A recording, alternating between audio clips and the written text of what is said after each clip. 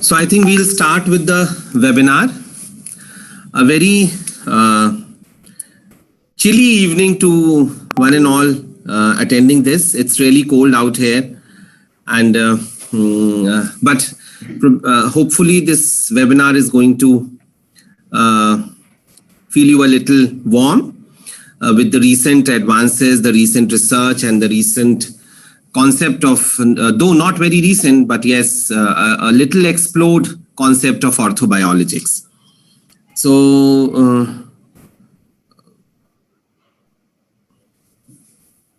we have with us extremely good faculty members who have pioneering work in PRP and its role in various aspects of musculoskeletal disorders. Dr. Mandeep Dhillon I'm still hopeful that sir will join, though he had some urgent family commitments due to which he pardoned and took excuse, but still he'll try to be there. A few ground rules. I would request all of you to please keep yourself muted unless you are asked to speak, or maybe if you have any queries, you can just type it in the chat. And I'm really thankful to all the faculty members, Dr. Vijay Shetty sir, Dr. Mandeep Dhillon sir, Dr. Sandeep Patel, Dr. Madan, Dr. Satish, Professor Ajay Singh sir, who have actually taken their time off from their busy schedule and agreed to participate in this webinar. So with this, we start with our first lecture, which will be by Dr. Sandeep Patel, who is a dynamic assistant professor in the Department of Orthopaedics at PGI Chandigarh. Well, I call him the PRP man because, and I think I'm right in saying that, because he was out of the 70 publications, 14 are exclusively on PRP, and one of his publication has more than 450 sites. Orthobiologics was with our first PRP study, which was in fact the first randomized controlled trial which evaluated the role of PRP in osteoarthritis knee. It's got more than 625 citations so far, and amongst the randomized controlled trial, it's one of the very good quality study with positivity in all the parameters which is required out of a randomized controlled trial.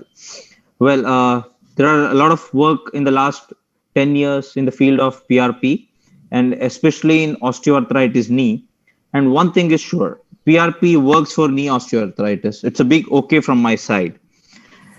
But the question is, how to improvise PRP? What are the future options apart from PRP, which is happening in this world of orthobiologics? So this is one of an article wherein we have discussed the trends and futuristic views. So let's begin with this. Isabel, Andy and their group first thought about combining platelet-rich plasma with hyaluronic acid, the combination, because the in vitro and in vivo studies have been promising. They tend to have a synergistic role because both have got different biological pathways with different pathways of action. And it's followed by some good randomized control trial as well, which is actually stated that a combination is good. But the question is how to combine. Which sequence should we combine and give, or one after the other? These are some areas of interest which still needs to be answered. I personally have started using combination in my practice, and I don't use together. I space the injections. We also started a guinea pig study to evaluate the same. Next is PRP along with carriers, because the next talk by Najmul Huda sir is going to be exclusively on PRP and osteoarthritis knee. But then we know that platelets, the degranulate, the alpha granule has got the growth factors. What about giving them a carrier, scaffold, something which will tend to release the growth factors more on a controlled type? So there are two options. One is a chitosan. Chitosan is a good scaffold, and gelatin hydrogel. So this is one study by Cyto M, which have used gelatin hydrogel capsules and have noted good properties of the combination. Chitosan is a very good scaffold, which has been already used in focal cartilage defects in the cartilage regeneration procedures with a good randomized control trial, which has shown good results. The rabbit models, the sheep models, the pilot study. So this is a rabbit model where you can see when we have a cartilage defect, when we, apart from a microfracture, when they gave it a chitosan scaffold, the healing was much better. So that was for scaffold, that was for focal defects. We tried getting an injectable variant of a chitosan and mixed with PRP and try for osteoarthritis knee. So we did it in a guinea pig's study, and we noted good effects, but then we could not prove its superiority over PRP injection. Both had almost similar effect, and it was recently published in MLTJ journal. So these are some of our slides of the animal lab wherein we deal with the guinea pig and then injection. So the next is activation. So photo activated PRP. So thinking beyond. So this is one study which says from the Peterson group, they says the PRP when photo activated, the amount of growth factors in it is much more, and it seems to have a role. But believe me, even after 10 years of use today, there is no consensus as to whether we need to use an activator or not. So activator means one school of thought says along with PRP, we should give a calcium chloride as an exogenous activator. Some say there is no need. So there is no consensus as to how exactly the PRP should be given. So this is a result of another randomized control trial from 2018 to 20, wherein we studied an activator versus a no activator, and we saw similar trends in both, that's a blue and green, that is both were effective, and there was no difference whether you use an activator or no. So we still need to answer this. So all PRP are not the same. There's a big controversy, leukocyte rich, leukocyte poor, the volume, activator, number of injections. So I'll be touching upon the future and the latest aspects. Dose. Does the dose matter? So this is a good in vitro study wherein it says dose does matter, wherein 5% PRP was better than 1%, which was much better than 0.5% PRP. We always have been a believer of the same, because the knee joint can accumulate more the platelets means more the alpha granules and more the growth factors. And we have termed our injection dose as superdose PRP, where we routinely use an 8 ml of PRP. In the studies, again, most commonly used is a 4 ml of PRP, but we use a concentrated 8 ml PRP, which we call it as a superdose PRP. And again, this is our initial study, which we can see that at the end of 6 months, there has been slight deterioration of results. So this is because anti-inflammatory effects. PRP works, the inflammation is got down. So then in the recent one, over the last 10 years, we have changed the PRP. Ours is a much concentrated PRP with much higher doses of PRP. We can see a continuing trend even at 6 months. So that means that there is still a lot to play with the product PRP as such in terms of the concentration volume. This is the future. We know PRP works, but then how we can better improve it. So next is the number of injections. We went back to the animal studies where we noted better effects with 3 doses of PRP compared to a single dose, with some chondroprotective effects as well, which was again published in the American Journal of Sports Medicine 2019, our study. And then we have come up with another study, again, the multiple doses of PRP. We saw the apoptosis. So the anti-apoptosis property is much better with the multiple doses of PRP at 3 months, and which persisted till 6 months also. We saw for the anti-apoptosis by caspacin, we tried to target the molecules involved in the apoptotic pathway, and we could demonstrate. Same, the aggregate levels, which is the extracellular matrix, is much better with multiple PRP. Another emerging concept is intraosseous PRP. The proponent has been the Sanchez and their group. They came up with an idea almost 5 years back. Now it's already on the rise with some good randomized control trials already available. So they gave in intraosseous in the subchondral area of the femur, of the tibia, and then even patella if required, and combined with an intraarticular. The whole concept is the subchondral bone. The role and understanding of subchondral bone in the pathology of osteoarthritis is an emerging concept where the subchondral bone is being targeted. So why not give PRP injections there where we can change the subchondral pathology? So they came with the terminology local biological joint-centric approach, wherein they combined an intraarticular injection which will target the synovial membrane, the fluid cartilage, along with the intraosseous infiltration, which will target the deep zones of articular cartilage in the subchondral bone. So you can see in the arthroscopic view, when they are coming up with the injection, how it comes around and forms a gel. That is the intraosseous injection coming seeping through the subchondral way. So they came up with a good study which has shown good results even in severe cases. So they are exploring this as an option in severe stage 3, stage 4 osteoarthritis. The next concept is an allogenic PRP. I mean, we all go with platelet transfusions and all. So why not an allogenic PRP? There's one single study which evaluated the safety and the effect of allogenic pooled PRP, especially in those candidates who were not fit for their own blood. And they saw it's a very safe, excellent safety profile with good clinical improvement. But it's one study and it needs to be explored in the future. Another all PRP, some good trends are, again, the Sanchez and their team, they do an all PRP ACL. You can see the ACL graft being injected with the PRP. Even the graft, the bone blocks are dipped in the PRP. And when it's an hamstring graft, they are putting a PRP gel at that incorporation area. The next is the ACL repair. When they do an ACL repair, which is emerging, and then supplement it with a PRP scaffold, it can probably give good healing potential. Again, it's being tried in meniscal injuries. It's a good prospective randomized double-blind study wherein they have done the repair. After the repair, they have used PRP to augment healing. And they have actually noted that the healing rate was much better in the PRP treated group than in the control group. So for meniscal tears to augment the healing after meniscal repairs, the biologics component can be explored to enhance healing. Even in grade 2 tears, which does not require repair as such, intrasubstance meniscal lesions, PRP has been tried, percutaneous injections, but then it's one-off study. It still needs to be proved. Now moving apart from the PRP to other blood thing, the next big thing is ACS, autologous conditioned serum. First, it came to the equine world with the lameness of the horses for the running horses. So autologous conditioned serum, its whole concept is behind the IRAP, interleukin 1 receptor antagonist, because interleukin 1 is a key molecule in the degenerative disease.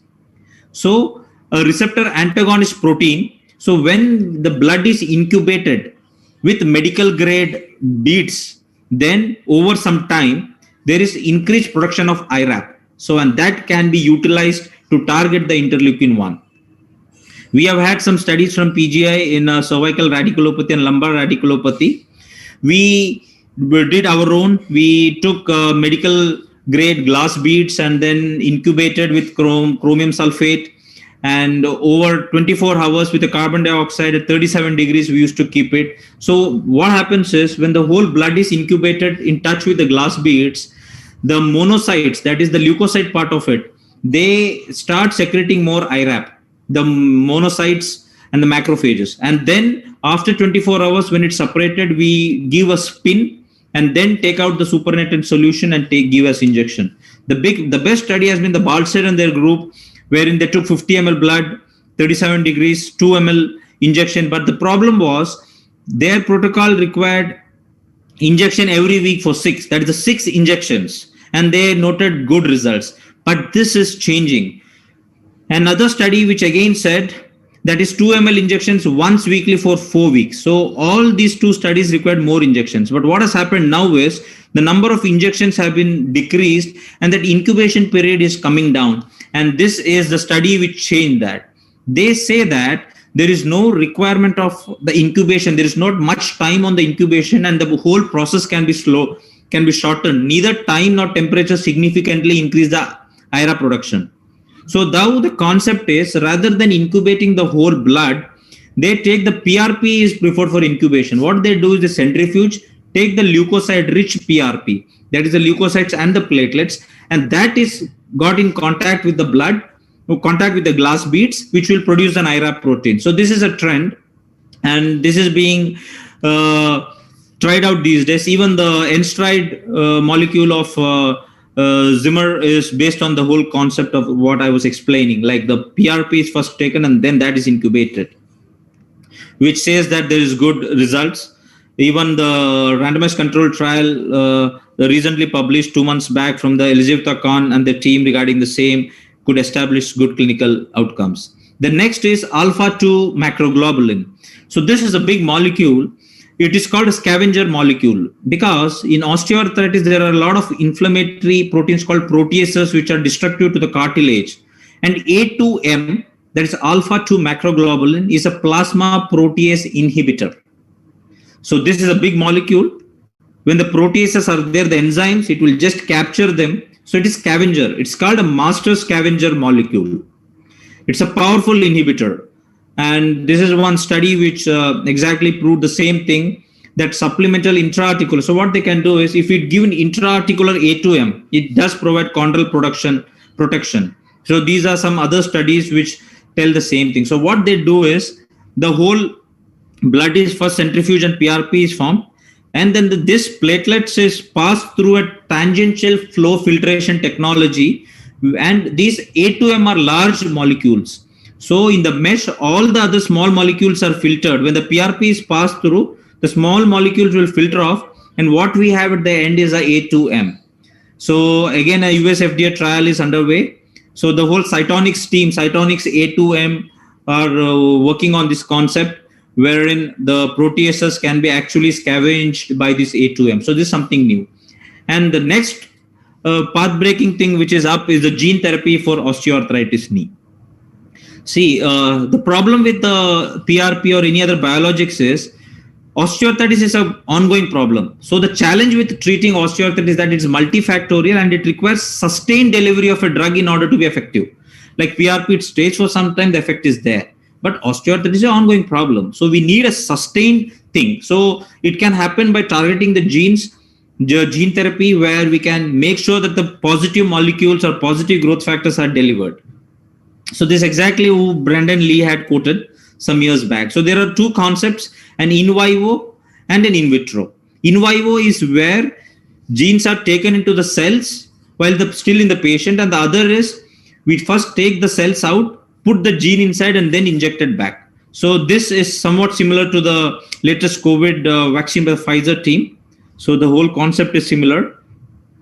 So first let's talk about the in vivo, wherein they take out the cells. This is more popular for osteoarthritis treatment in gene therapy right now. The chondrocytes are taken, the required genes are put, that is the genetically modified cells, and these cells are injected back. And the next, this is the other one, wherein the gene itself is injected, which will go and incorporate and start giving proteins. So these are some animal studies in the small animals and large animals, and they saw that there is good synovial changes, cartilage, the gross pathology and all is good, and even the lameness of the large animals was much better. And it's a safe symptomatic. And there were two pathways. So most of the studies are doing is interleukin-1 receptor antagonist pathway, the one which we're telling. So they are targeting that pathway, and one clinical trial is rightly underway. But already in phase 3 and phase 2 trials is transforming growth factor beta 1 pathway. Here, this refers to the chondrocytes being taken and genetically modified and injecting back. All of them target the transforming growth factor beta 1. So this is a good study with 54 patients, another study of 27 patients with transduced allogenic chondrocytes, and all have been positive. And guess what? South Korea actually okays the first gene therapy for osteoarthritis in an Invosa K injection. It's already available out there. Allogenic human cartilage. Again, the pathway is transforming growth factor beta 1. So there are phase 3 trials in Korea, phase 2 in the US, and phase 3 in US is also underway. And we can see these products out soon. The real question is, can gene therapy stop the progression? Well, overall, in the biologics, the real question is, can any biologic therapy stop the progression of osteoarthritis? We are all in search of a holy grail. We are in search of the Amrit. There are a lot of molecules out there, the stem cells, the growth factors, gene therapy, PRP, a lot of them. Only time will tell which one is going to be a winner. But I tend to agree with one thing with the vampires, that is, blood is good. It heals many things. The power of healing lies within us. Thank you. And this is the same, whatever I have told in the presentation. These are 2 articles which is available out there for reference. Thank you. Thank you, Sandeep. It was a wonderful lecture. And over to Madan. Madan, would you like to say something? Madan, can you hear me? Yes, sir, I can hear you. Yeah.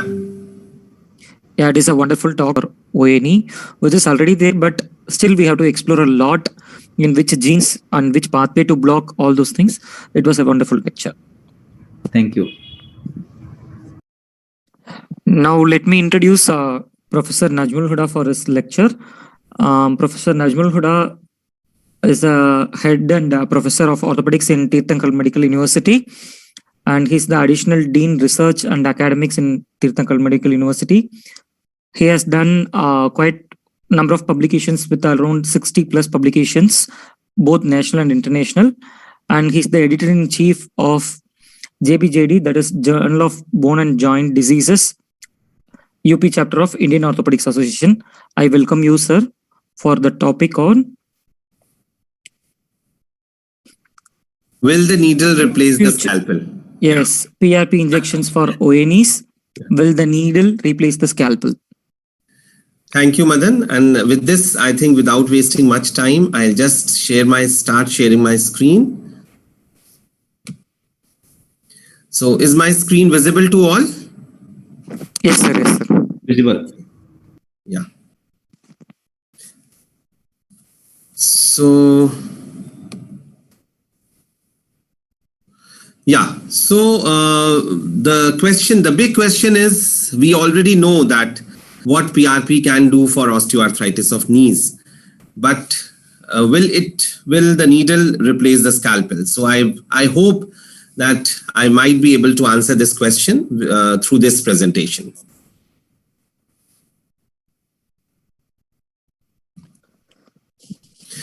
So as we know that osteoarthritis is the commonest chronic joint disorder which we encounter in our orthopedic practice, which is characterized by degeneration of the cartilage, the osteophyte formation, and decreased in the joint space. If we go ahead and look at the molecular and at the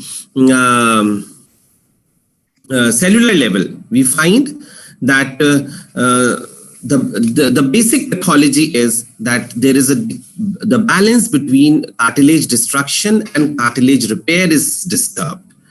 And that is what leads to osteoarthritis of knees. When the degeneration exceeds the speed of repair, it results in disease. So as a result of which, there is increased expression of pro-inflammatory and cytokines, pro-inflammatory chemical mediators of inflammation like matrix metalloproteinases, agrikinases, nitric oxide, and prostaglandins, which ultimately lead to destruction of the joints. And the patient comes, which is clinically translated into a clinical scenario of osteoarthritis of the knee. So, well, if we look at the various treatment options which are available for osteoarthritis of knees, they are as myriad as medications in the form of simple analgesics, chondroprotective drugs, physiotherapy, intra-articular injections of steroid, osteotomies, be it the high tibial osteotomy or the recently introduced and practiced proximal fibular osteotomy, a knee replacement, or mediators. But one thing which is common in all these is that none of them, they alter the natural course of the disease. So that is an issue which actually led us to evolve better and think about new things. And there comes the role of platelet-rich plasma, which is nothing but the plasma fraction of the autologous human blood, which has a platelet concentration 4 to 5 times the baseline. So this PRP is simply, it can be prepared from the venous blood that is drawn from the antecubital vein. Around 30 ml yields 3 to 5 ml PRP. The basic principle of preparation of PRP is differential centrifugation. There are two very commonly practiced methods of preparing them, the PRP method or the Buffy coat method. In the PRP method, we obtain the whole blood from the antecubital vein preferably, which is very easy, very simple, just like taking a sample for the routine blood tests. We collect this blood and we first subject this blood to a centrifuge speed of 3000 RPM for the first 5 minutes, which is known as the soft spin.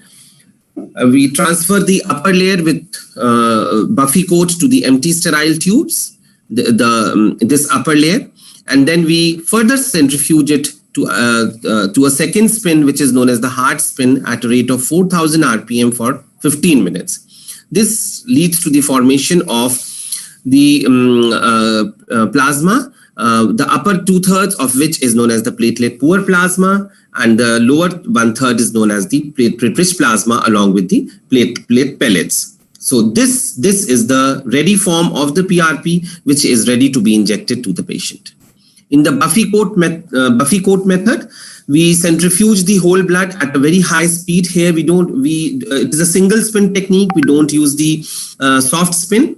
3 layers are formed because of the result of density gradient. The bottom layer consists of RBCs. The middle layer consists of the platelets and WBCs, and the top is the platelet poor layer. We remove the supernatant plasma and we transfer the Buffy coat layer to another sterile tube, and that is ready to be injected. Now, if you look at the types of PRP, there are 4 main families of preparations. The platelet-rich PRP, the pure platelet-rich PRP. By this, we mean that there are no other cells, that is the red RBCs and WBCs are excluded. The other one is the leukocyte-rich PRP, which of course is not used for osteoarthritis knees, but yes, it has its proven role in combating surgical site infections. Then the other is the pure platelet-rich fibrin or leukocyte-poor platelet-rich fibrin, and the leukocyte and platelet-rich fibrin.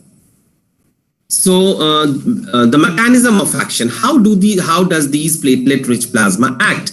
Basically, what happens is that the platelet contains 1100 proteins, the granules, especially the alpha granules, and various growth factors like the platelet-derived growth factor, vascular endothelial growth factors, transforming growth factor beta-1, which we just now heard that actually now the gene therapy is being targeted against this very important growth factor. The fibroblast growth factor, human growth factor, insulin-like growth factor 1 and 2. So it has a myriad of growth factors which actually are there present naturally in our body.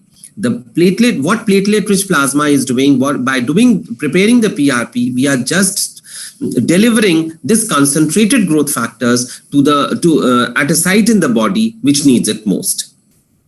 So the PRP, once injected inside the joint, it improves the synthesis of collagen 2 and prostaglandins. It improves chondrocyte proliferation, improves cartilage remodeling, increases the hyaluronic acid production, increases angiogenesis, and reduces the interleukin-1 mediated increase in matrix metalloproteinases. Now, if we just go through the classification, this is the Mishra or the sports medicine classification, which classifies the PRP depending upon whether they are activated and depending on leukocyte concentration. We have the PAW classification, which classifies PRP into depending upon the platelet count, whether activation was used, and what is the leukocyte concentration. We have the DEPA classification, where D is the dose of injected platelets, E means efficiency of production, P is the purity of PRP, and A is whether the platelets are activated or not. So why do we at all need platelet activation? The answer is that activated platelets release 70% of the growth factors within the first 10 minutes. And this release continues for hours together, and the growth factors are released till a duration of 5 to 7 days. Activation can be achieved either by collagen, by calcium chloride, or by autologous thrombin. So what are the various research gaps that are there as far as PRP is concerned? First is how much, the dose. There are various studies. There is no standardized methodology, I must say, no standardized dose, how much of PRP should be injected. Should it be 3 ml, should it be 5 ml, or should it be the super dose PRP? How frequently should the injections be repeated? Should it be weekly, monthly, every 3 weeks, or maybe just or how many injections, whether it has to be a single injection, a double injection, or multiple injections, whether the platelets should be activated or not, and what should be the tools of assessing the response of this PRP ultimately to the patient. So many of them, many researchers have tried to answer it in their own way. And one question which still kept on ticking to our minds was how long does the PRP effect last? And we tried to answer this. And by this, we probably I would be able to answer the question with which we started the presentation. So to answer this question, we undertook a study to evaluate the effect of a triple injection of platelet-rich plasma at the end of 2 years. And we used the VAS score and the WOMAC score to find out the response to these injections. This was a prospective study that was done at our institute after gaining approval from the ethical committee. We had a total of 84 knees in 51 patients. Each patient had the assessment of WOMAC and VAS scores was done.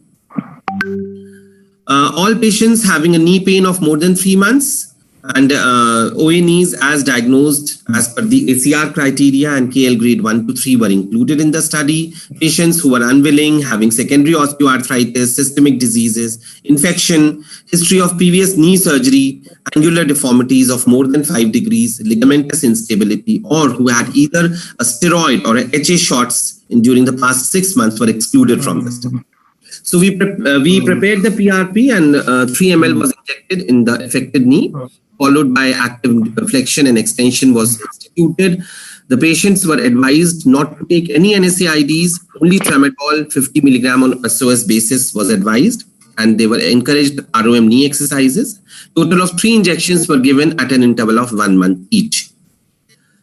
At every follow-up, we evaluated the WOMAC and the VAS scores. Follow-up was done every month till the 3rd month, and then at 6, 9, 12, and finally at 24 months after the 3rd injection. So what we found was that there were, out of the 51 patients, 37 were females and 14 were males. The left knee was more commonly involved.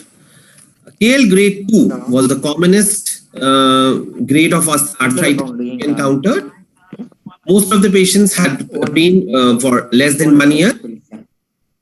And when we looked at the VAS scores, the baseline VAS score was 57.41. At 1 year, it declined down to 10.76, which was highly significant. And at 2 years, it further decreased to 5.45. And when we did an inter-group analysis, we found that the p-value was less than 0.001.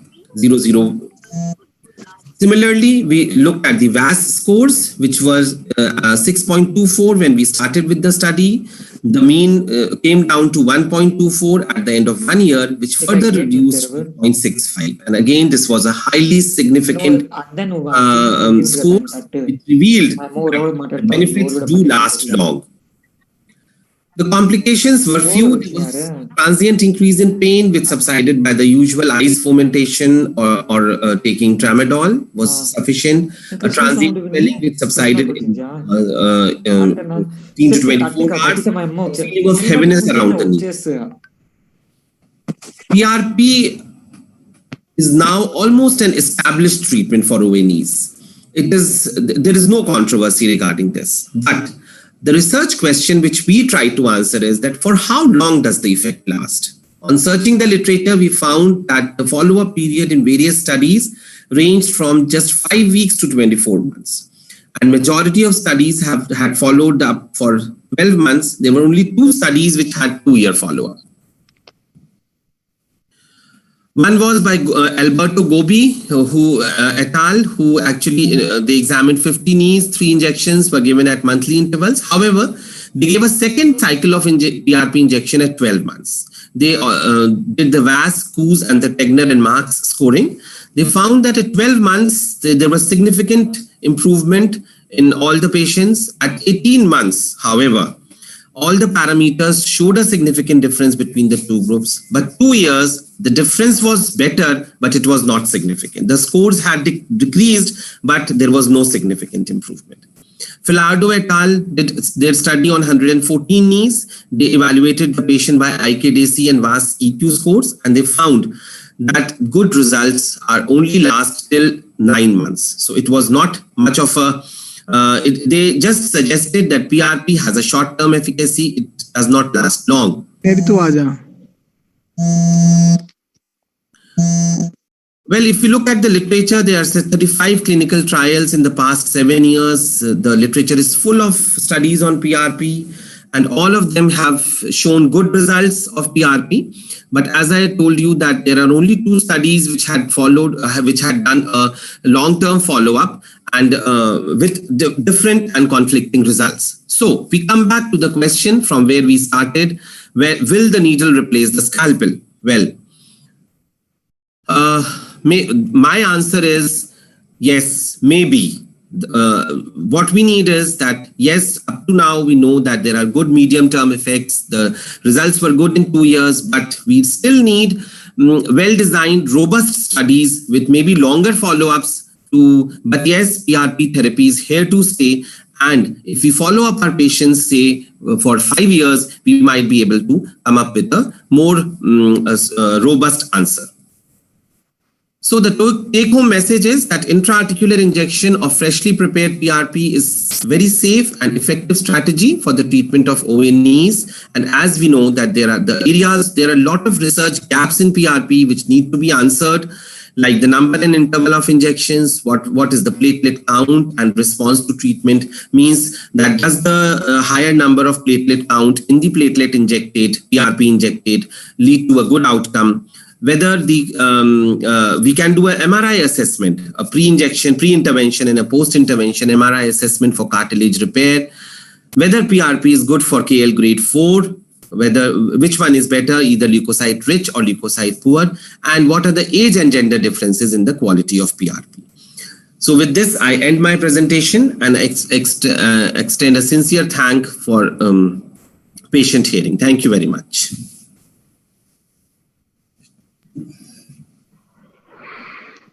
Thank you, sir. Any questions? Over to Dr. Sandeep Patel. That was a wonderful talk, sir. I mean, you have covered all the aspects of it.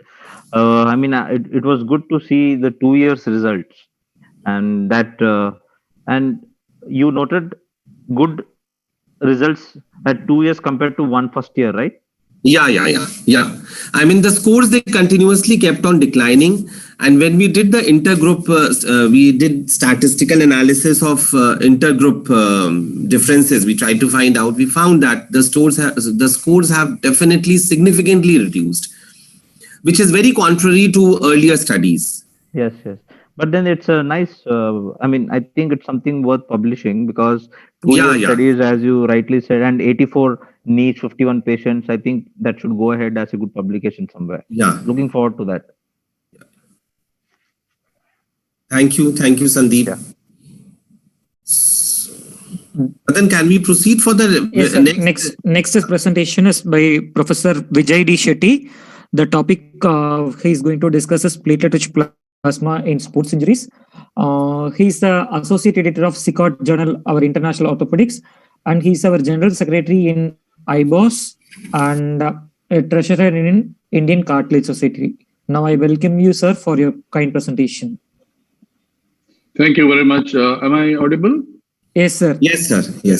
Thank you, Najmul, for this invitation, and it's very exciting to see so many participants on a Sunday evening, December Sunday evening. Most people want to do different things in spite of COVID being around. But yeah, thanks a lot. And a lot of these things are going to be repetitive in these lectures. So I will try and skip those things in my lecture, and let me try and make it simple. The idea of the whole meeting is to give message to the youngsters, if you like, to see which direction orthobiologics is going. That's the most important thing. And I'm talking from Mumbai. I run a private group practice in Mumbai now, which is called Orthopaedics, which is part of a group of individuals, like-minded individuals, including a spine surgeon and a pediatric orthopedic surgeon. So before I start, these are my disclosures. I am a consultant for Sanofi International, Tricell, DePuy, Zimmer Biomet, and Smith & Nephew. I think when we start these topics, the most important bit, now we've been talking about, just one second, PRP. Just a minute. Okay, and there are so many orthobiology products in practice. Quite rightly, Sandeep gave an excellent lecture because we are now going beyond PRP. But my lecture is specific to sports injuries, where we will just have a look at what is happening at the current day and age. So if we really look at the orthobiologic products that are available for us today, there are organic products, there are synthetic products. We'll be talking about mostly organic products. We have the bone marrow aspirate concentrate, which has been around for a while. I do not like to say stem cells. Now, there is a different term for this. And then third, I'll be touching mostly on my favorite, that is PRP, platelet-rich plasma.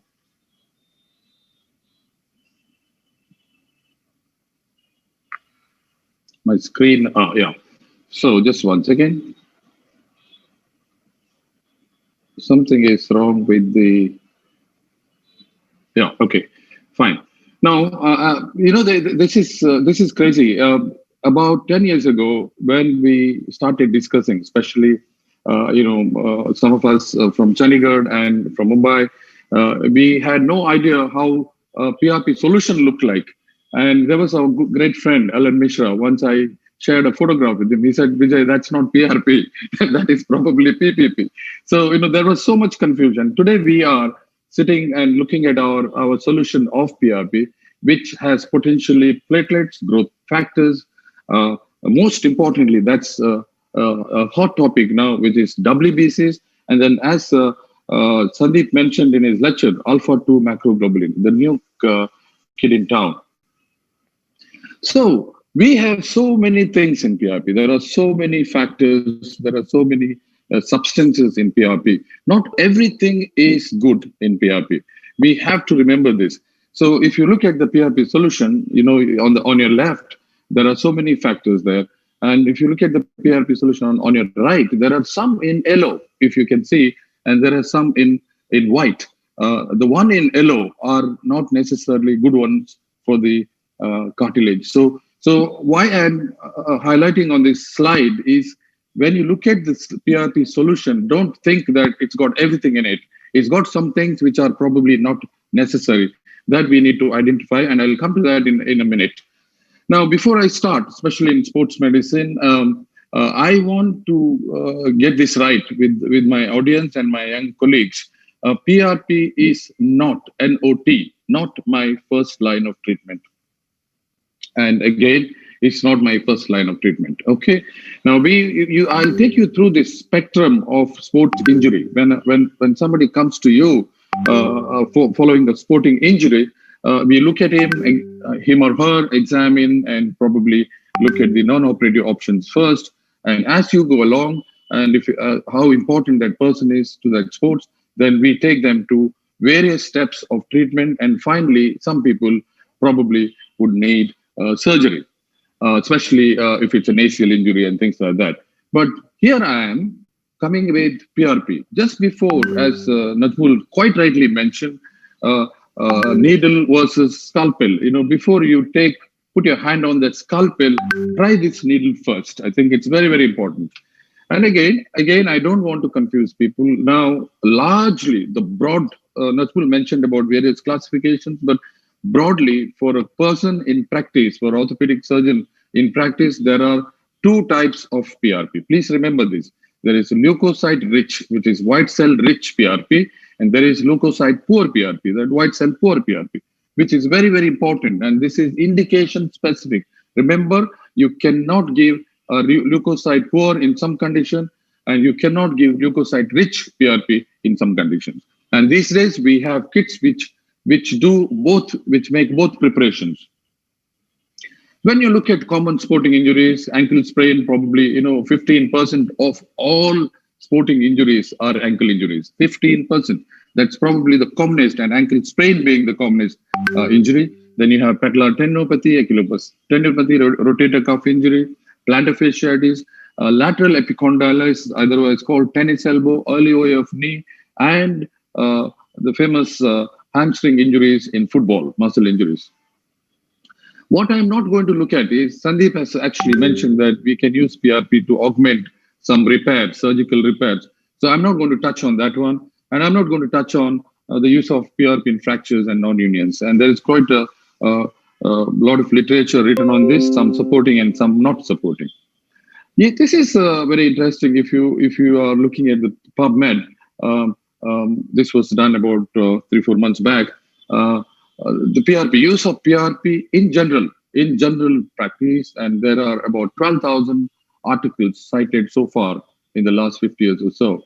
And use of PRP in orthopedics alone is almost about 2,000 articles. And you can see at the end of the extreme right, you see the numbers are increasing. Just 1 second, I just need to minimize this. Sorry, bear with me. Yeah. Okay, I'm back.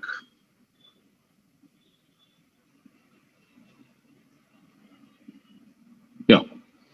Okay. So then, if you really look at PRP in specific, in sports injuries, you see around 2000, this is interesting, around 2015, which is about 5 years ago, there was huge interest. And this was when PRP was randomly used in all types of sports injuries, especially because some famous sporting personalities started, talking about use of PRP in the media. And I think there was great interest in most sports surgeons in the use of PRP. Now, when you look at the ankle sprain on your extreme left, there is a photograph of the lateral ligament injury. And on extreme right, there's a photograph where there is bruising. And this is a classical ankle injury. Now, what is important? What does the evidence say?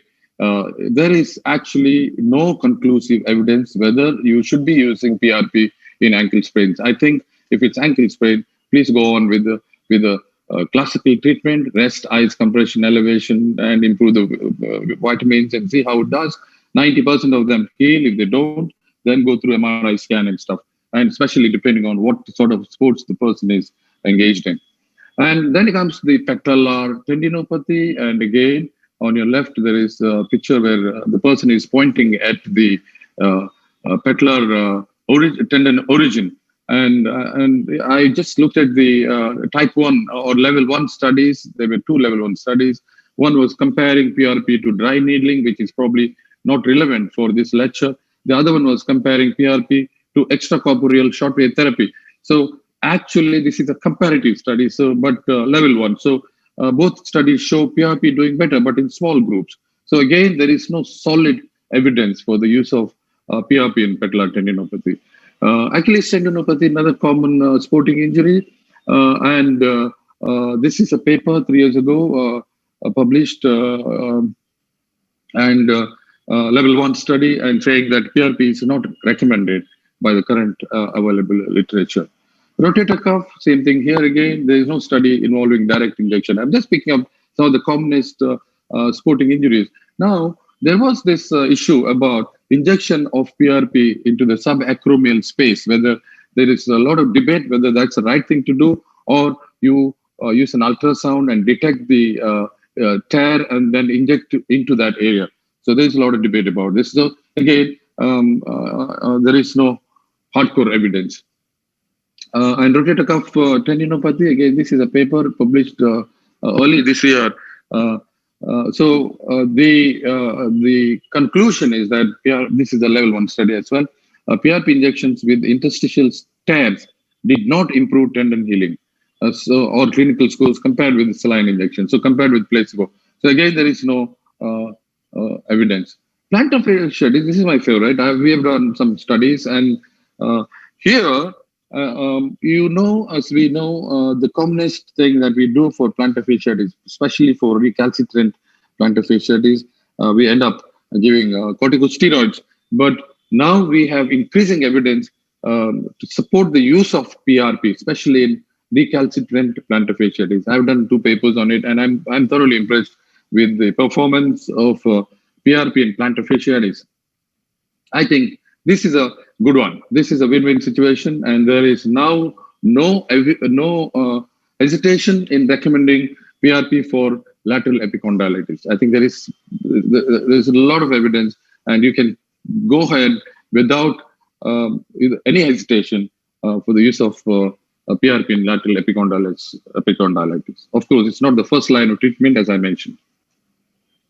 Muscle injuries, the commonest muscle injury being the hamstrings, and there is, again, we don't have much evidence on the performance of PRP, especially in hamstrings.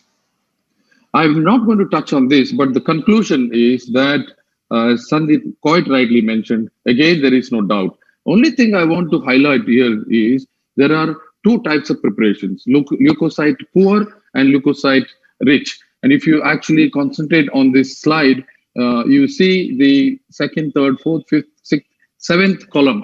Somehow I can't take my cursor on there, but 7th column, you see the type of preparation. Leukocyte, first one, leukocyte rich PRP, and again the last one, leukocyte poor PRP. Now this slide quite clearly suggests that leukocyte poor PRP has done well with the OA of the knee. I think this is a message from this slide. Now, Mohit Bhandari from Canada did this was 2 years ago, and this is a very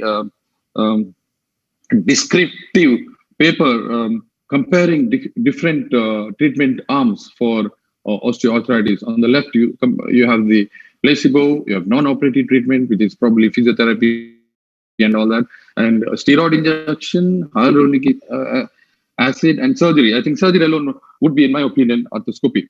So at 3 months and at 12 months, you see the second column, 3 months and at 12 months. The PRP versus surgery, PRP versus hyaluronic acid. I think PRP versus hyaluronic acid, PRP has done well there, and PRP versus surgery, PRP has done well. This is, I think, one of the landmark papers published this year, 2020 April. They studied 18 level 1 studies, and all studies. In all studies, it was PRP versus viscosupplementation, just 2 treatment arms, and they followed these patients up to nearly 1 year. And PRP group did significantly better compared to the hyaluronic acid group. And you see the last line, leukocyte poor PRP performed better in these groups. When you are confused, you can look at this another resource, which is National Excellence Institute of Clinical Excellence from the UK. If they recommend, and if NHS recommends, then it is something that most of us can take it on board. What are they saying? The safety of PRP in major orthopedic conditions, there is no major concern. When you look at the safety, efficacy, there is some doubt in some conditions. Recommendation by the NICE is to be used with fully informed consent. You take a lot of time. And what does that mean? See, you see the left column, or tennis elbow, we'll be looking at 4 parameters: safety, efficacy, quality of evidence, and recommendations by the authorities. So tennis elbow, it's safe, efficacy, and there is high quality evidence, and it's recommended. Early OA knee, this will be young footballers in 30s. So safety, efficacy ticked, high quality ticked, and recommendation ticked. The other sporting injuries, there is still a lot of area for research, as you see on your side. So the take-home message for me is this is not the first line of treatment. This is safe, and there's clear evidence on safety in almost all conditions. Efficacy is indication specific. I can tell you, if you're dealing with tennis elbow, I think you're okay to go ahead. If you're dealing with the early OA of the knee in young people, you're okay to go ahead. And please use this with informed consent. I think there are a lot of people out there, patients who have no idea what this solution is about. So we have to sit with them and talk to them. Leukocyte rich is for soft tissue injuries. If you're trying to use it for tennis elbow, it has to be leukocyte rich.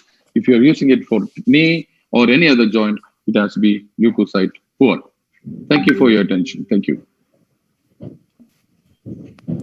Thank you, sir. Very nice presentation. Over to Dr. Najmul Huda. An excellent presentation, sir, and it has really cleared the doubts as far as the PRP in sports is concerned. Thing which is coming up as far as the sports medicine and sports surgeons are concerned. So with this, we move on to our next lecture, and to throw light on one more aspect of orthobiologics, and that is in pediatric orthopedics. So we have with us a very acclaimed and well-known pediatric orthopedic surgeon, Professor Ajay Singh, who is officiating head Department of Pediatric Orthopedics at KGMU. And sir is the director INDESEM, Academic Council for Emergency Traumatology. He's president of the Indian Society of Pediatric Traumatology and president of National Orthobiologic Association of India. He has 3 patents to his credit, more than 178 publications, 16 books, and 69 professional awards. So over to you, sir. Professor Ajay Singh, sir. You can start your lecture, sir. Thank you very much, Dr. Najmul. First of all, at the outset, I am really grateful for giving me this opportunity to speak on a very recent and new topic, but very relevant. That is the role of cell therapy in various pediatric osteoarticular diseases. Actually, the preclinical and the clinical orthopedic studies, various studies conducted worldwide, support the use of these cell therapy for various bone healing problems, early stages of osteonecrosis, as well as the local bone defects. But very few literature we could found when we search for the pediatric population and related with pediatric osteoarticular disorders, because we don't have a long-term results as far as this cell therapy is there. So ideally, the clinical use of these cells in the pediatric population should be in disease-specific, which are specific to the children, but need a dedicated treatment for these problems. And we have to find out all the safety concerns and should answer them. And only after full evaluation of the long-term results we should do for that. It should also prove the desired result over the time, and without or very minimal adverse effects. But as far as the adverse effects are concerned, they should not be harmful in a long-term manner. Concern has been raised regarding the migration, the biodistribution, the survival, and the safety of these cells following systemic infusion or local implantation. So objective of my lecture is to explain the mechanism by which these cells could exhibit the therapeutic role as far as pediatric osteoarticular disorders are concerned, to study the clinical condition for the use of these cells in the pediatric osteoarticular disorder, and to study the various evidences favoring the use of these cells. These cells can be used locally or systematically. If a local effect is desired at the site, we can inject these cells with or without a scaffold. And for example, in various non-unions, including the pseudoarthrosis. But if it's a systemic disorder, then we can replace the host MSCs with the unmanipulated allogenic cells, for example, as used in very few studies for the osteogenesis imperfecta. And it can also be used as a modulator for chronic joint disorders such as juvenile arthritis. So these cells in children can be used through a intravascular infusion, as in osteogenesis imperfecta, or through a local injection either into the joint for traumatic or non-traumatic arthritis condition, and percutaneous injections such as pseudoarthrosis or the non-union of the of various diaphyseal bone.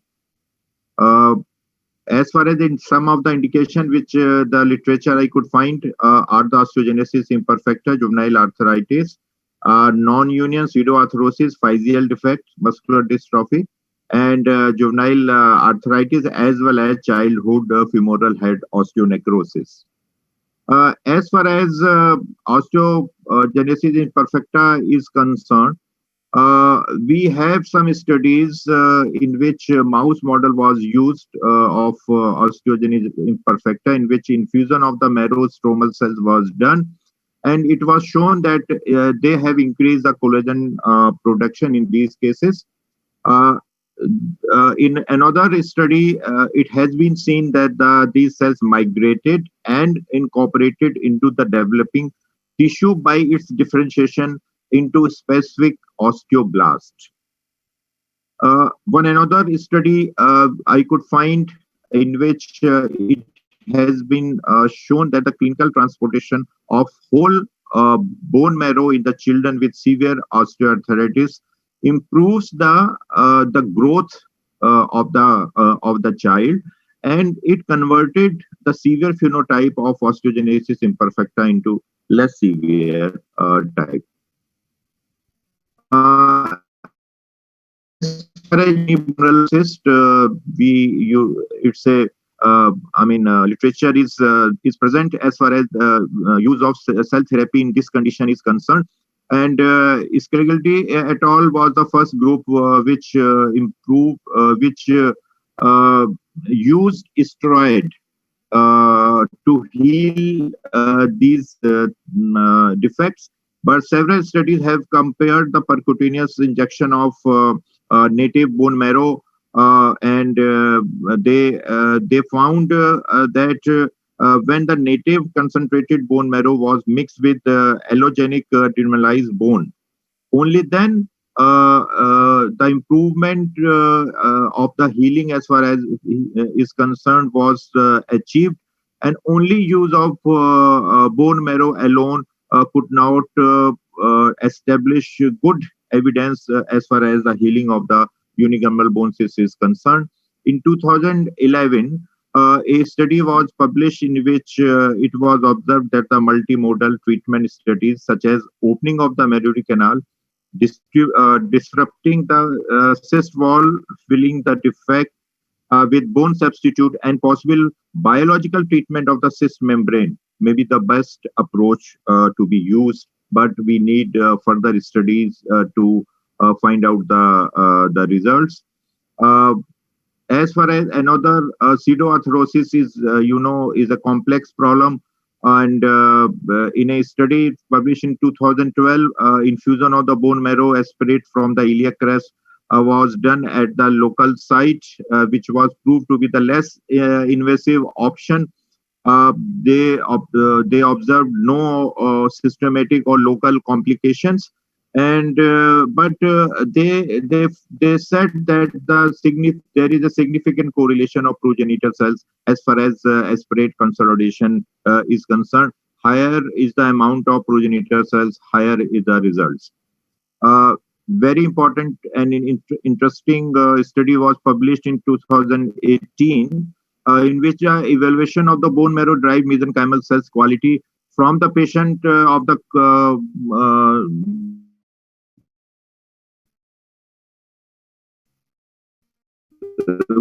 quality is not main reason for delayed regeneration of pseudoarthrosis tibia. The MSC from the iliac crest and at local site has no significant difference as far as the cumulative population doubling level, the phenotype and trilineage differentiation potential is concerned.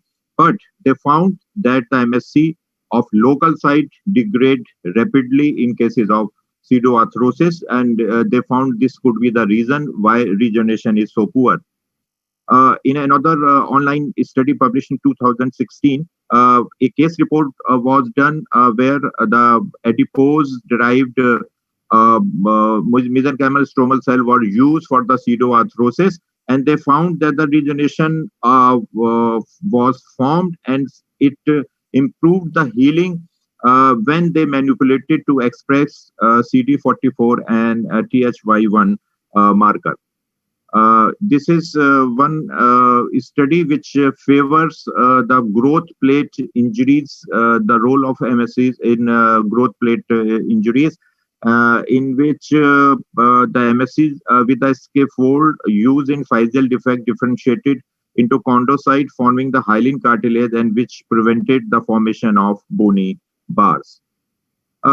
Another condition in which MSC are being used is the muscular dystrophy. In 2017, autologous transplantation of muscle-derived stem cells in these patients was published, and they found that the genetically modified MSCs are being developed for the potential use of muscle-derived stem cells with a specific surface marker in these muscular dystrophies. Childhood femoral head osteonecrosis is one of the most commonly used condition in which cell therapy is being used nowadays, and it can be traumatic or non-traumatic.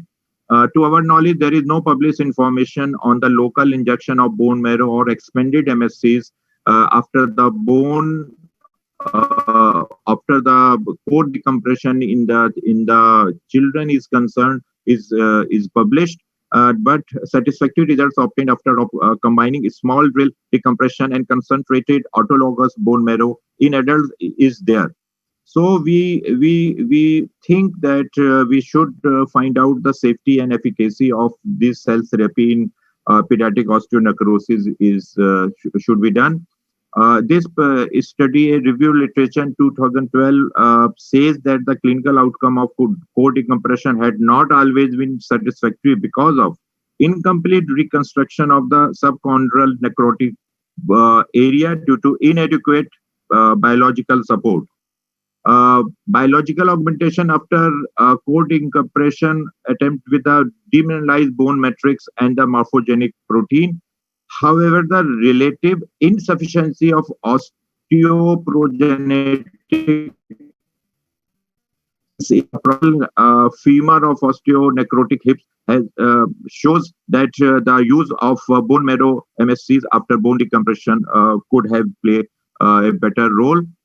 This study in 2011 was published, and the author found a statistically significant improvement in the clinical outcome, 2 years outcome, and they emphasized that the importance of achieving a good amount of osteoprogenitor cells in the final concentration to effectively regenerate the necrotic tissue. A very interesting study was published in 2011 in which they found that after the intravenous transplantation of bone marrow derived mesenchymal cells, these cells could reach the necrotic femoral head in animal models.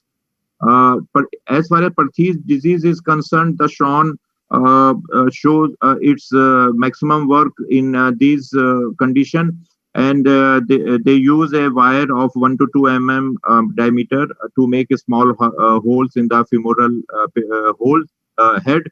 The main concern of this type of drilling was the potential harm of the growth plate because we are going through the growth plate.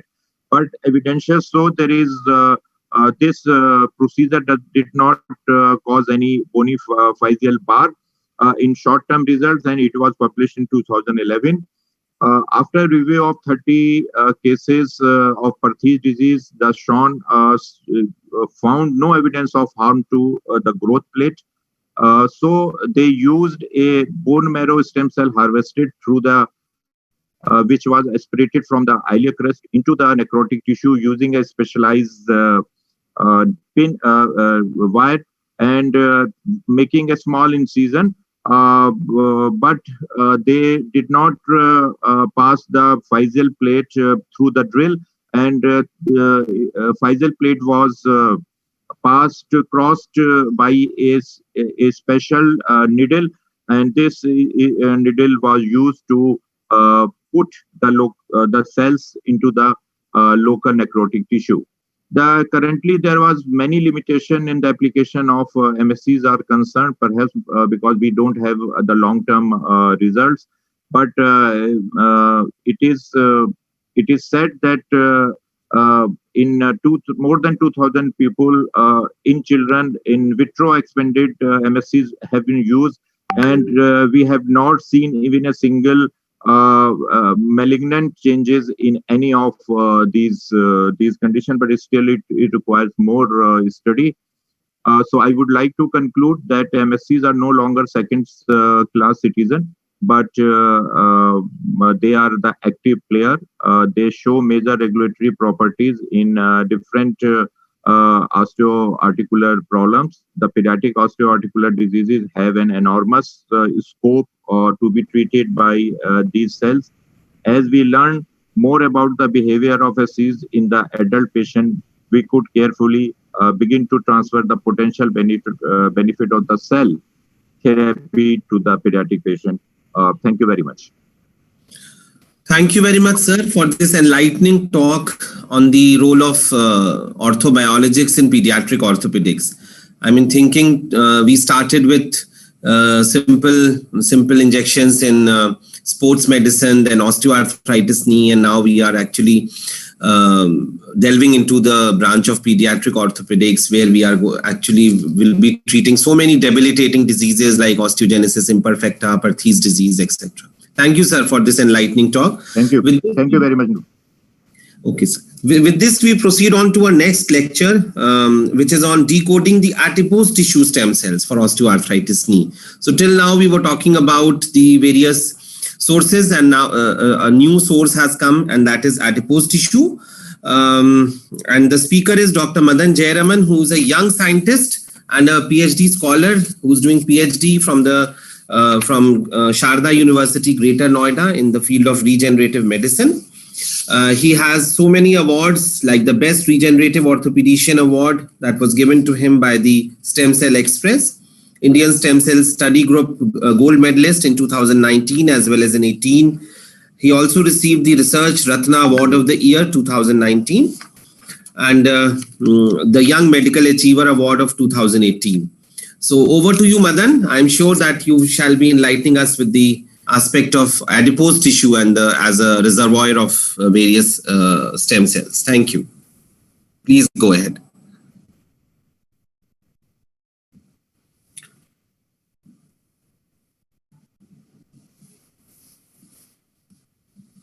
We can't hear you, Madan. You have to unmute yourself. Yeah.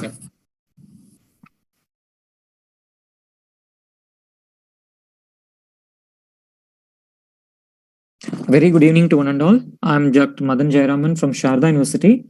I'm here to give a small talk on decoding adipose tissue stem cells for osteoarthritis knee. So what is basically osteoarthritis? It is just an imbalance between rate of cartilage degeneration versus rate of cartilage repair. Due to this imbalance, there is overproduction of interleukin-1, which is the main culprit for the degeneration and degradation of cartilage, articular cartilage, which results in sclerosis, bone cyst, and osteophytes. So there are a lot of options available for treating osteoarthritis knee. Here I'm going to concentrate mainly on cell-based therapy. So what is an ideal cell-based therapy? The ideal cell-based therapy should be of autologous source. and it should, once the cell or the tissue has been harvested, it has to be transplanted in the same surgical session, and there should be not be any manipulation in form of chemical manipulation. So we should avoid maximum chemical manipulation, and the cell which we are going to transplant should provide the stromal cells along with the matrix materials, which is the heart of that cell transplant. And we should not use any artificial scaffolds, and if needed, it should be able to be cultured and expanded. So what is orthobiologics? So the orthobiologics is mainly concerned with three items. One is matrix materials, which is the heart of the cell transplant, and the second one is the growth factors, and third one is the stem cells. So matrix materials will provide the nourishment to the stem cells, which we are going to embed it. And growth factors will induce the stem cells, and stem cells per se will differentiate into the cell of interest. So what is cellular therapy? Cellular therapy is nothing but transplantation of human cells to replace or repair the damaged tissue. The cellular therapy also have few ethical controversies, which I'll deal in the last slide. So cellular therapy provides improved quality and structure of the organ or tissue which we are going to regenerate, and it provides the biomechanical strength of the tissue and hastens the recovery without any significant morbidity. Here comes the guidelines where International Society of Cellular Therapy has laid down the criteria. The cell which we are going to transplant should be able to form trilineage components, that is osteogenesis, chondrogenesis, and adipogenesis. Once we culture or co-culture with the cellular mixture, it should be able to show fibroblastic morphology, that is called parasitic-like fibroblastic morphology. And when checked for immunohistochemistry, it should be able to show the positivity for cluster differentiation 13, 73, 90, and 105. So mainly now I'm going to talk on adipose tissue derived stem cells. So regenerative experts and orthobiologists are more interested towards adipose tissue because of its abundance, ease of collection, and enriched population of stem cells or stromal cells. So once an adipose tissue is isolated or harvested, it should go to it should be processed and various forms are there. The first form is the macrofat. Macrofat should be converted into microfat or nanofat. Then the other forms are microvascular fragments, stromal vascular fraction, adipose stem cells, secretomes, and exosomes. So the other formats here, which adipose tissue stem cells can be made into form of adipose stem cell sheets, adipose stem cell spheroids, and which we can put into some carrier molecule in the form of scaffold, and we can transplant it. So these are all the overview for the derivatives of adipose tissue stem cells. Once now the concept of microfat and macrofat and nanofat. So once adipose tissue is derived from that lower part of the abdomen or medial side of the middle aspect of knee or gluteal region, the fat will be a macrofat. It contains oil and debris. So macrofat should be converted into microfat. Microfat will have intact adipocytes, and this microfat will be further processed to form a nanofat, which will have cell structure, cell enriched material, which will be devoid of oil, debris, everything. So nanofat is the poorest form of SVF. So why we need microfat or a nanofat? So when we transfer a fat graft, it should be of very minimal radius so that it will reach the site of action and start functioning, because there is 3-layered material. Sorry. Here I have shown two images. On the left side, there is an image of when we use a conventional cannula to receive a fat graft, the center part may go for necrosis. So the chances of graft survival is very less here. When we use micro cannula with multiple holes, so we used to aspirate smaller structure than the conventional cannula. Here the graft survival is more. So why fat survival is important? Why we need nanofat or microfat? Because the center necrotic core will go for necrosis. There are 3 zones in fat layer. One is surviving zone, second one is regenerating zone, third one is necrotic zone. So we are more concerned about surviving zone or the necrotic zone. Regenerating zone. Necrotic zone will go for death. So in microfat and nanofat, there won't be any necrotic portions because the fat layer will be very thin. So inflammation and lack of angiogenesis leads to apoptosis of adipocytes. So what is nanofat? Nanofat, this concept was introduced by Tonard. It is an injectable form of adipose tissue, and it is obtained by emulsification and filtration of the liposuction. How can we prepare? We can prepare with the help of mechanical disintegration, that is called passaging. 20 to 30 passages intra-syringing we have to do to obtain this nanofat. It is a purified form of adipose tissue derived product which doesn't have any mature adipocytes, but it will contain CD cluster differentiation 34 plus rich adipose derived stem cells along with microvascular fragments and biological peptides. Tambrino et al. Observed the better chances of cellular engraftment of nanofat, and there won't be any volume loss or contour irregularities or liponecrosis. So nanofat is nothing but the product of volumetric reduction of mature adipocytes by 95%, and it contains the compact volume of mesenchymal stromal cellular activity. Next comes the microvascular fragments. It is another byproduct of adipose tissue, and it ranges between 40 to 180 micrometer, and it composed of arteriolar, capillary, and venular vessel segments. Once it is transplanted, it releases VGF, that is vascular endothelial growth factor, and FGF. So the main function of microvascular fragments is to induce vasculogenesis in a paracrine fashion. This exhibit positivity for stem cell activity 1, cluster differentiation 44, 73, 90, and 117, and it has higher proliferation rate. And it is, once it is transplanted to the particular site of action, it will form capillary-like structures and induces neoangiogenesis. Now comes the stromal vascular fraction. Stromal vascular fraction is nothing but a collection of cells. Here, multipotent mesenchymal stromal cells will be there, pre-adipocytes, pericytes, and other progenitor cells. So among this all cells, pericyte forms the major component of SVF. So the biology here is, it is multipotent in origin with multi-differentiating potentialities. It has better immunomodulation, trophicity, anti-inflammation, and better regenerative potential.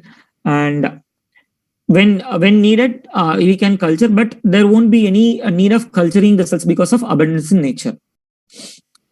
So it possesses both hematopoietic stem cell markers as well as mesenchymal stromal cell markers. And for doubling culture, 8 to 12 weeks is needed so that it will express CD34 marker. And various theories have postulated that the regenerative potential of adipose-derived stem cells, SVF, is because of pericytes. So immunomodulation. How immunomodulative capacity of SVF is being done? There are 3 mechanisms. One is via interleukin 6 through neutrophil. Second is via interleukin 10 through premature dendritic cell, which will be converted into dendritic cell 1 and 2 activity, and activation of T regulatory cells through soluble HLA G5. How do we prepare? There are 2 methods of preparation. One is mechanical preparation. Second one is enzymatic preparation. So this is mainly based on enzymatic preparation. Once we do lipoaspiration from the lower part of abdomen or middle aspect of thigh, it is subjected for enzymatic digestion with collagenase 1 or collagenase 3. So further centrifugation happens, then the final product is SVF. The second method is mechanical preparation. Once the lipoaspiration is done, we have to centrifuge it for 5,500 gravity for 2 minutes to do lipocondensation.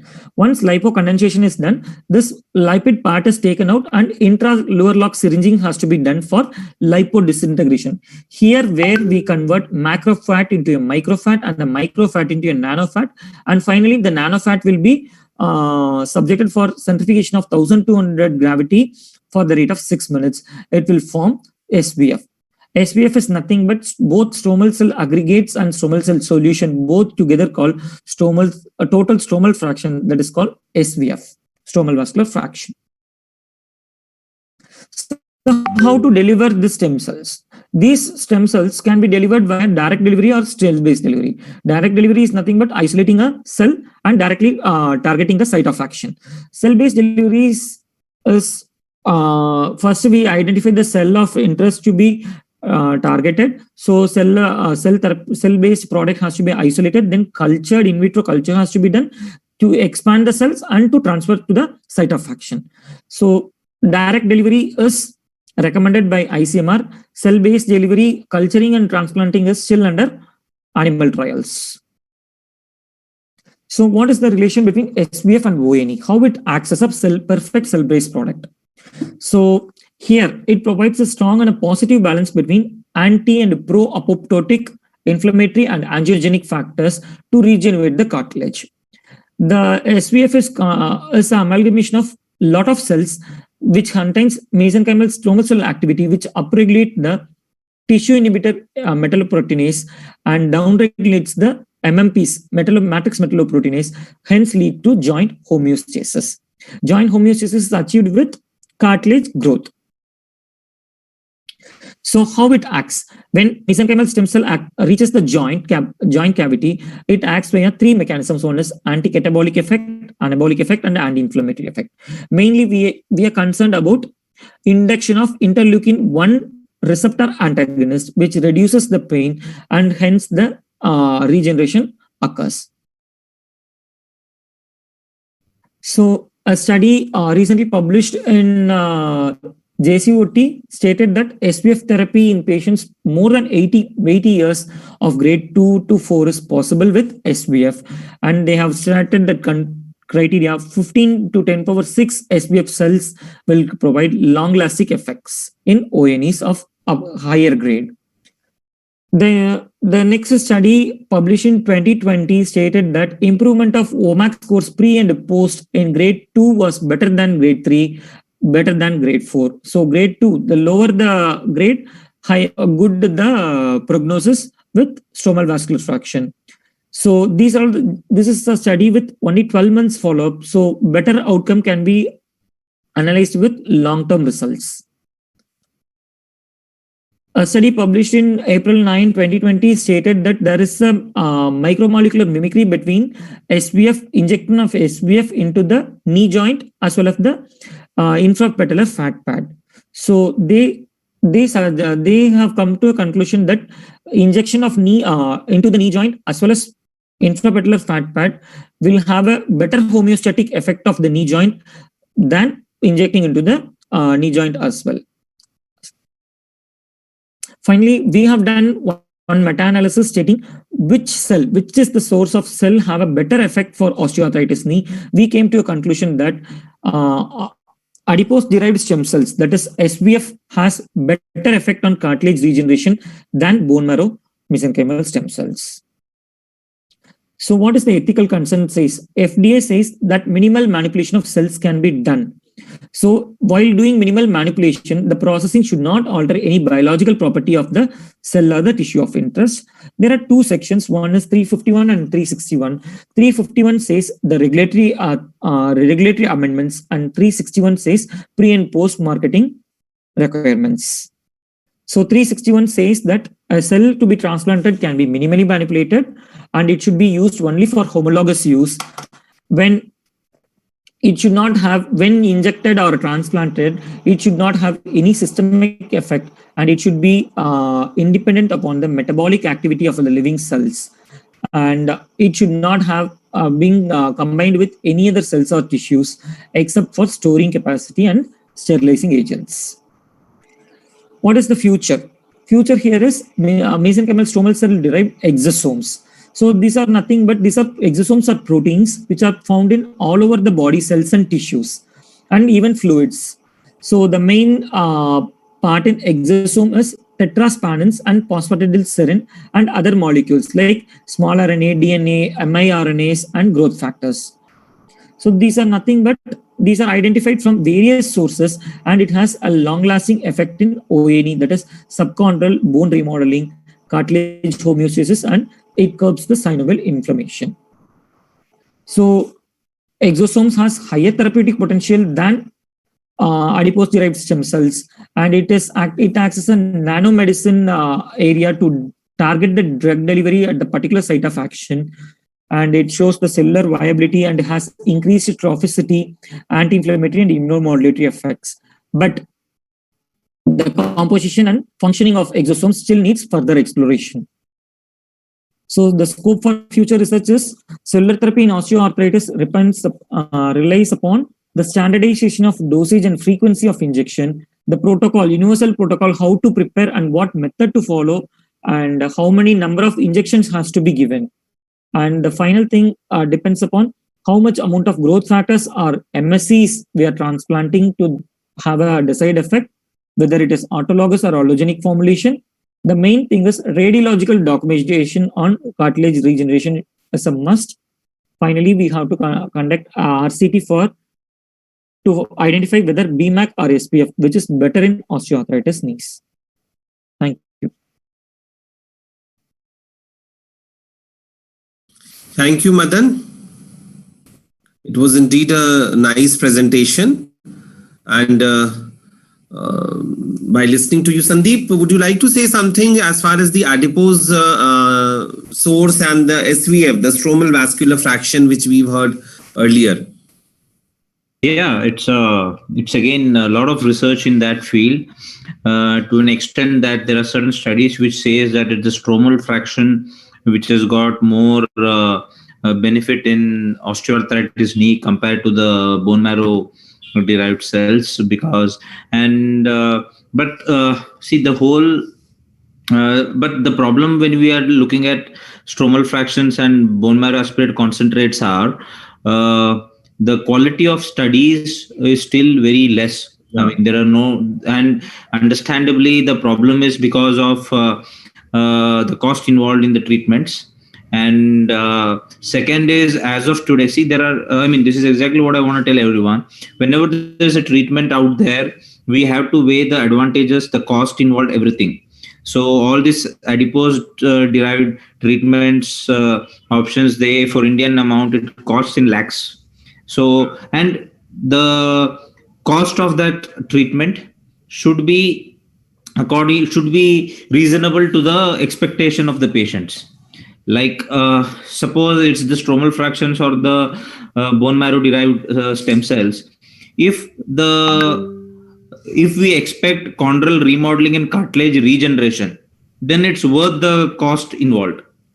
But as of today, there is no study which actually says the worn out cartilage in osteoarthritis is gonna regenerate. There is no study. Right. Again, there also the clinical benefits is derived out of the pain relief. That is the anti-inflammatory effects. Nowadays, they are better called as medical signaling cells, because they also take care of the pain pathways involved and they give clinical benefit. Now we need to balance out to give that clinical benefit. Do you want a product which is 1.52 lakhs or much cheaper? So the market expectation, one. And the second reason I have not against, but the way the stromal vascular fraction and the bone marrow derived cells are marketed by it's very wrong. They tell you, I'm injecting you stem cells. And you will be surprised, there are a lot of consumer cases going on just because they say, I'm giving you stem cells for your osteoarthritis knee. Yeah. And what does the patient feel? Okay, I'm getting stem cells. Their expectation is skyrocketing that I'm getting, and basically we are actually killing medical science, because there is definitely a role of stem cells, the stromal vascular fraction, as well as bone marrow derived stem cells. But the way it is marketed, they tell as though this is the end of everything. We are going to regenerate everything, which is wrong.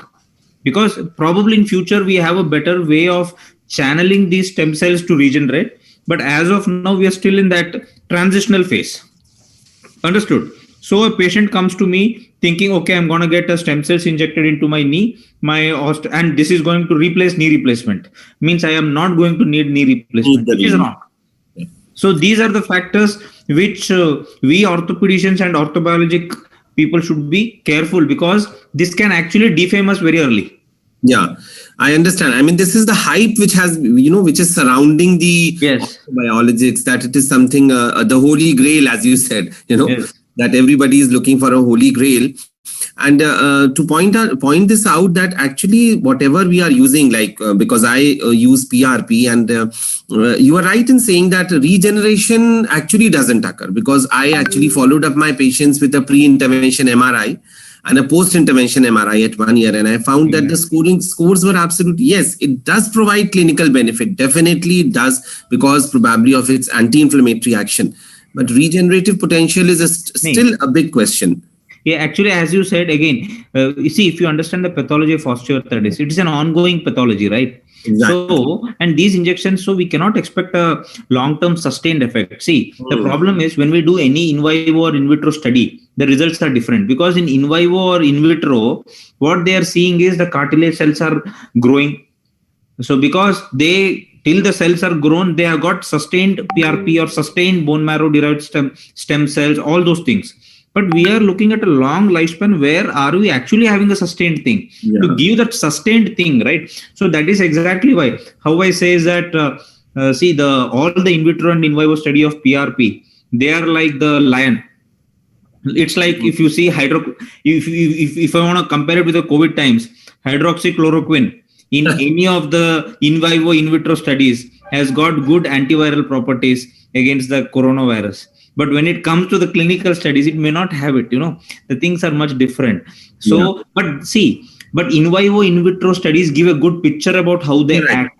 But we have to understand it's an ongoing pathology. So how can we sustain the release? So that's exactly why I'm so much. The gene therapy concept seems so promising to me. Promising, yeah. So we never know. So we need to channelize the research into making sure. So we are in the transitional zone. So this definitely stem cells. Suppose the same thing. If it were a focal cartilage lesion, and we give adipose derived stem cells, stromal vascular fraction, or bone marrow derived stem cells in the focal lesion and give it in a scaffold, we can regenerate cartilage. But diffuse osteoarthritis is something else. Absolutely. So still there's a lot of research, there's a lot of scope for actually researching these orthobiologics. So with this, we move on to Madan. General comment? Yes, sir. Sure, sir. Why not, sir? Please, sir. Please do. This was an interesting topic, but arguably there's only one publication so far by Scott Rodio's group in New York. You would have heard about it. He's a big PRP guy. Who has done, MRI studies of the articular cartilage before injection of PRP and 1 year after. And, it is like whether you say the glass is half full or half empty, it's the same thing. So what his conclusion was, there was no deterioration in the cartilage anatomy. Yeah. You're right, sir. So whether we should take it as a positive point, negative point, we don't know. So it's a very strange thing. But that was a very interesting study. I think, sir, what we should, if we have a happy patient, I think we should remain happy.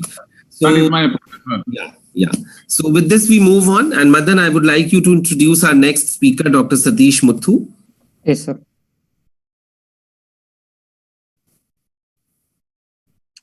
The next speaker, Dr. Satish Muthu, a very young and dynamic orthopedic surgeon and a practicing orthobiologist. The topic for him today is core decompression with BMAC supplementation, a regenerative protocol for avian hips. Dr. Satish.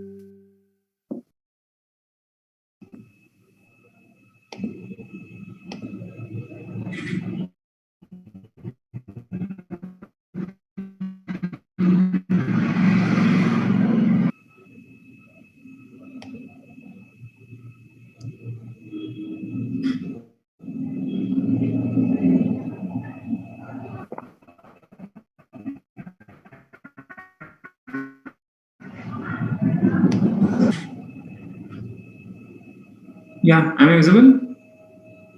Yes. Yes, Satish. Yes, very good afternoon to everyone. I'm here to talk about the expanding horizons of orthobiologic use in orthopedic practice. And here I'm going to specifically talk about core decompression with bone marrow aspiration concentrate, which is a regenerative possibility in osteonecrosis of femur head. This is the way in which the talk will be given. First, we talk about the basis of bone marrow aspiration concentrate treatment and the current evidences supporting this treatment and the technical aspects involved in this treatment. First of all, for any organ, there are two kinds of cells, either parenchymal cell or a stromal cell. The parenchymal cell will take care of the functions and the stromal cells will take care of the repair and renewal part. So for us as a regenerative surgeon, we are more concerned about the stromal cells which have the renewal capacity, and we are trying to tap this potential to all our pathological processes to reverse it. Bone marrow cells. Here, the parenchymal cells are the hematopoietic progenitor cells, and the stromal cells are the endothelial cells, which are recognized as a multipotent non-hematopoietic progenitor cells, which are capable of differentiating into various tissue types, such as osteoblasts, chondrocytes, tenocytes, endothelial cells, myocytes, fibroblasts, nerves, and adipocytes, which are all the lineages of the bone marrow stromal cells. Next, coming to the mesenchymal stromal cells.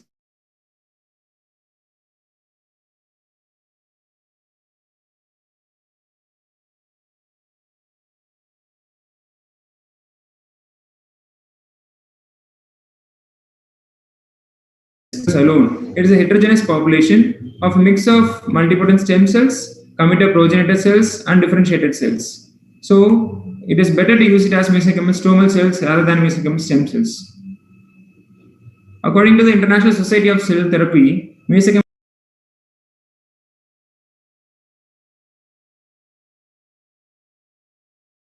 Lost the connectivity? Have we lost the connectivity? Yeah, Sir, Looks like that. 1 minute, sir. 1 minute. I'll try 1 minute. Fine, we'll wait. Just to give me a minute, sir. I'm trying. Sure. Please take your time. All these are actually technical snags which, do happen.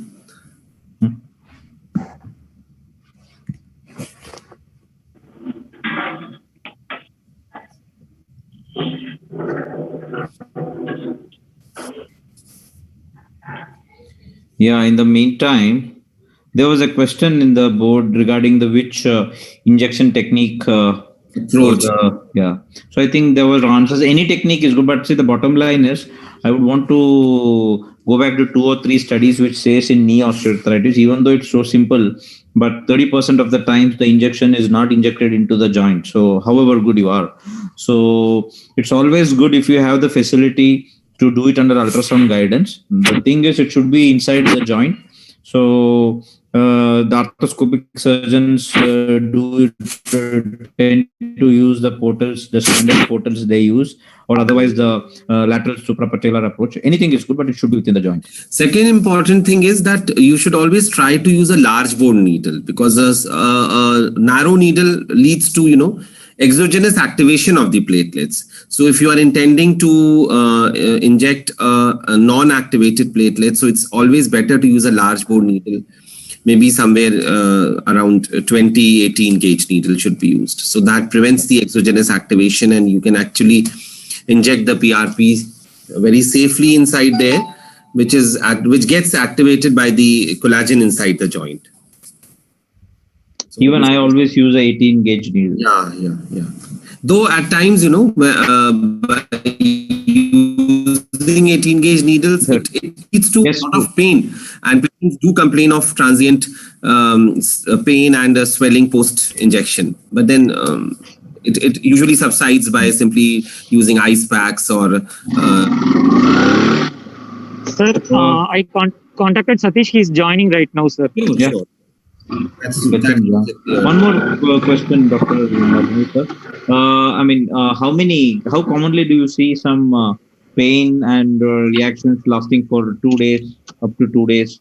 Yeah. What I have observed years is that there are 2 most important things. One is that initially I used to, be over enthusiastic and inject around 5 ml PRP, but I found that maybe over distension of the joint capsule. So painful. When incidentally, I had only 3 ml of PRP in one patient. I injected. And the patient was very comfortable. One thing I changed in my protocol was that I just used 3 or maybe 3.5 ml of PRP. And second is that whenever immediately ask the patient to start using cold packs.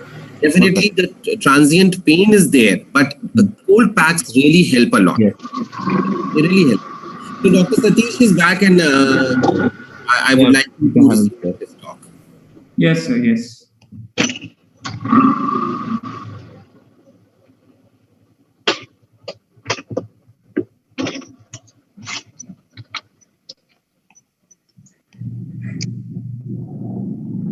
Am I audible, sir? Yes, you are audible and visible, both. We can see your screen as well. Just a small hiccup in the beginning. Okay, now talking about all the expanding horizons of the orthobiologics, I'm here to concentrate on the co-decompression with the bone marrow aspiration concentrate as a regenerative possibility in osteonecrosis of femur head.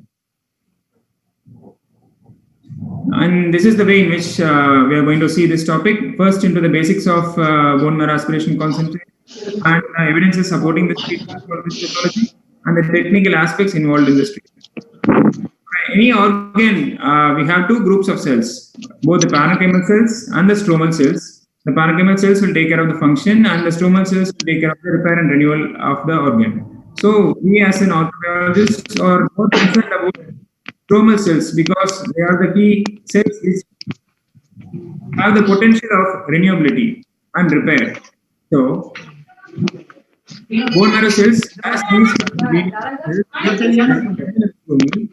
under the parenchymal cells, there are the hematopoietic progenitor cells and the hematopoietic stem cells. Under the stromal cells, we have the endothelial cells. These are the multiple non-hematopoietic progenitor cells. They are capable of differentiation into various lineages.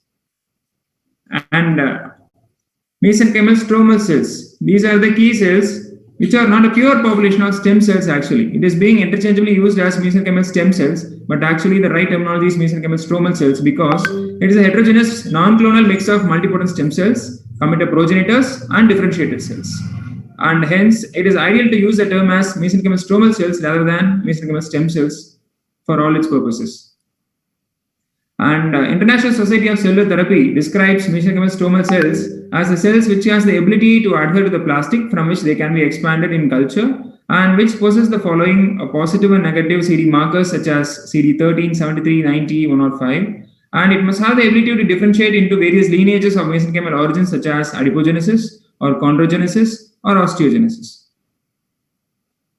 And here for all orthopedic applications, we rely on mesenchymal stromal cells because they have broad pharmacological effects such as anti-inflammatory property, immunomodulation, regeneration, pro-angiogenic and anti-fibrotic properties. And these mesenchymal stromal cells, being a multipotent cells, they can differentiate into various cell lines such as osteoblasts, chondrocytes, myocytes, adipocytes, depending upon the environment and the cues given to them. These are the various lineages along which mesenchymal stromal cells can be differentiated into, such as chondrocytes, myocytes, fibroblasts, astrocytes, stromal cells, adipocytes, and fibroblasts. And why bone marrow aspiration concentrate? Why not the rest of them? Why concentrated first of all? Because the progenitor cells that constitute the stromal fraction is only a small population of 1 in hundreds. So we need a high concentration of growth factors such as PDGF, TGF-beta, BMP217, which have anabolic and anti-inflammatory effects to have the effect out of BMAG. And it has been reported that bone marrow aspiration concentrate has a considerable high concentration of interleukin-1 receptor antagonist, which inhibits the interleukin-1. Thereby, it is responsible for all the beneficial symptomatic pain relief which is achieved out of this approach. And coming to the pathology, osteonecrosis of femur head is the leading cause of arthroplasty in younger individuals. And we are treating only the sequelae, and we don't find the cure or any methods to revert this pathology. So the primary treatment remains co-decompression as of now. In the early days, co-decompression was first devised as a result of an biopsy which is being taken for the diagnosing this disease, and the patient was found to have a significant clinical relief. And hence, they later described this as a technique and as a joint preserving procedure to treat the early stages of osteonecrosis of femur head. And later it is David Hungerford who was first among the surgeons in the US to use core decompression in the treatment of osteonecrosis of femur head. And he founded the Center for Osteonecrosis Education and Research at Johns Hopkins. And he did a lot of work, and the success rate of core decompression raised to 65% compared with non-operative treatment, which was earlier in vogue, and its effectiveness in relation to the pre and post collapse states of the femur head. And later, the original core decompression procedures were performed with 6 or 8 mm hollow trephines, and the technique evolved gradually with the modifications such as single or multiple tracks created by drills or trephines and so on. And the core decompression gained its popularity as a surgical option for managing this osteonecrosis, and it is significantly less invasive than the major operations such as osteotomies, and which is not addressing the etiology and taking care of only the biomechanical component due to the effect of the disease. And there are limitations for core decompression because although core decompression was a revolutionary procedure in history for osteonecrosis, success rate was very low, 65%. This made the surgeons to shift their research towards improvising the treatment. So this is the evolution of treatment from plain core decompression to core decompression with autologous bone marrow graft. It was Herningo who first published a variation of this procedure that included the use of bone marrow aspiration from the patient's iliac crest, and the aspirate was processed, concentrated, and reintroduced into the decompressed tract of the femur head. The paper detailed the preparation of the bone marrow aspirate after the harvest, the number of CFUs that were re-injected also. And the patients with pre-collapse disease who were treated with BMAC and core decompression had a slower disease progression and lower rate of conversion to total hip. And those with Harris hip scores preoperatively also had better outcomes, and the colony forming units which were used in higher numbers had a significantly better outcome compared to that of the lower numbers. And bone marrow aspiration concentrate technique described in his paper by Herningo would prove to be a vital step forward, not only in the application but also in the research. And later, there are only the study by Ganji et al. Shown that there is very small number of cases which are used in the study, only 24 hips in the pre-collapse state, and there was significant improvement noted out of this procedure, and there was an early advantage with a slow radiographic progression, but no difference overall in terms of conversion to total hip. And later, coming to other studies by by Ramesh, it is noted that, interestingly, the patients with osteonecrosis caused by trauma had better outcomes compared to the other etiologies. And here, there is yet another paper. Here we can see that there is no correlation between the outcomes and the number of MNCs that are injected. That is one peculiar finding from this paper. And so these are all the small studies. So in order to have a concrete evidence, we need larger studies with longer follow-up. And hence, the JSCAN, they underwent this study in 106 hips in 100 patients. They found no difference in the stage progression between the groups, but they observed a great improvement in the survivorship and the conversion rate to THA at 3 years. And this is an expanded study of Herningo with 250 hips, and all the patients had a bilateral femoral head osteonecrosis due to corticosteroid use. They were all in pre-collapse state. In each patient, the most severely affected side is given with core decompression with VMAC, and the less severely affected side is given with core decompression alone. And he noted that hips treated with core decompression alone were 3 times more likely to undergo total hip as those compared with core decompression with the BMAC. And significant clinical improvements across all the outcome measures is also noted, and the need for revision is significantly less, as noted earlier. And hence, with the large number of primary studies, there are a large number of meta-analyses also coming up. In the last 5 years alone, we have 6 meta-analyses published on this topic, and which were not more comprehensive.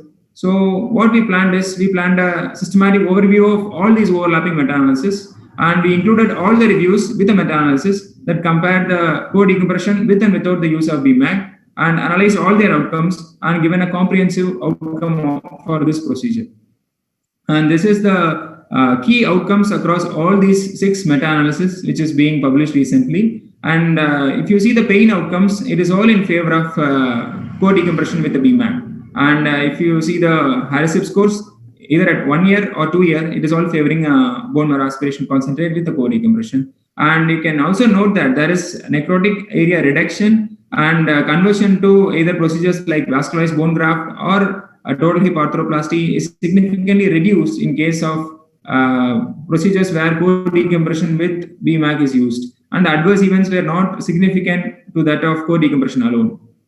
And there are limitations because hips treated in the pre-collapse state were likely to have higher success rate. That is more rational. And although meta-analysis generally indicate a benefit of BMAC, these studies they have their own intrinsic limitations also, because the method of preparing the graft and it adds a layer of confounding to the meta-analysis involved. And the other additional confounders like the grading systems used to classify the disease and the etiologies that are involved in the primary studies, these were all the confounders which we saw. And it is possible that for the diseases such as vasculitis, sickle cell, or autoimmune conditions, they have an unfavorable biology at the necrotic head. And hence, the outcome was not much favorable. And for etiologies which have a revertible or short term, such as high dose corticosteroid therapy or trauma, they have a better biological milieu and better outcome out of this therapy.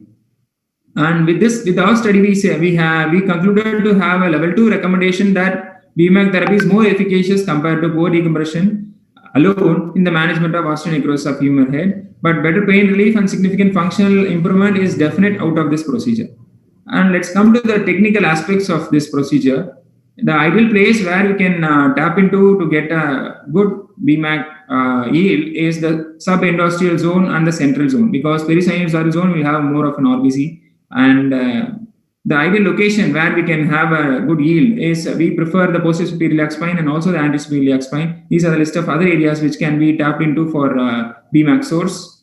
And this is the technique which we use. We use the blunt tip cannulas and multiple entry points to avoid erythrolysis and sequel out of it. And this is a small video showing the procedure. Here, first we make an entry with a sharp tip. We first ensure that it is in the subendosteal zone. We remove the sharp tip and make an aspiration and see that we are in the marrow and confirm it in the syringe aspirate. And once we identify that we are in the marrow by an aspiration, we later take out the syringe and insert the blunt cannula and further tap it through the core of the marrow for the desired length and desired depth. And then by gradual sequential removal and aspirations through the side ports, we make the aspiration of the bone marrow so that the RBC lysis is less and the contamination is less. In this way, we get an ideal bone marrow aspiration concentrate. You can see the side ports being aspirating all the core and the marrow out of this tapping. We sequentially pull it back and aspirate. You can pull it back and aspirate and then get a good BMAC out of this procedure. And coming to the needle size, needle design is also may affect the quality and the viability of the harvested bone marrow tissue as well as the yield. Therefore, the bone marrow needle system which we use and the harvesting dynamics play a major role. And the physicians have been using a variety of harvesting needles during the last decades alone, apart from the traditional Jamshidi needles. Based on the design difference, not every bone marrow aspiration is equal and the cellular yields are the same, and hence there is a variability depending upon the device which we use. These are various types of aspiration needle systems which are used. The first one is the Jamshidi needle, the other one is the aspiration bone marrow harvesting system, Aspires, and the second one, and the third one is the marrow solution bone marrow aspiration device. Whether we use a large syringe or a small syringe, that will be a confusion. And in theory, a large volume of bone marrow aspiration collection syringe should produce a stronger negative pressure and therefore harvest more MSCs. If that is the reason, we are thinking, no, it is not. Herninger found that aspiration of only 10 to 20% of the full syringe volume resulted in a higher MSC concentration in both 10 ml and 50 ml syringes, indicating that high quality of harvesting of mesenchymal stromal cells requires significant negative pressure in the marrow cavity to liberate those MSCs from the marrow. Therefore, they concluded that collection of MSCs decreased as the syringe was filling at a lower negative pressure. Therefore, smaller syringe, thus small aspirations, resulted in higher MSC yield. Hence, a smaller syringe is better. We can go with the 10 ml syringe rather than a 50 ml syringe. And another advantage of using a 10 ml syringe is that the anticoagulation protocols can be better managed. Smaller syringe fill considerably quicker than the larger syringe, and smaller syringe can be adequately agitated so that the anticoagulant can be better mixed and avoid the clotting. And about the anticoagulation protocol which is being used.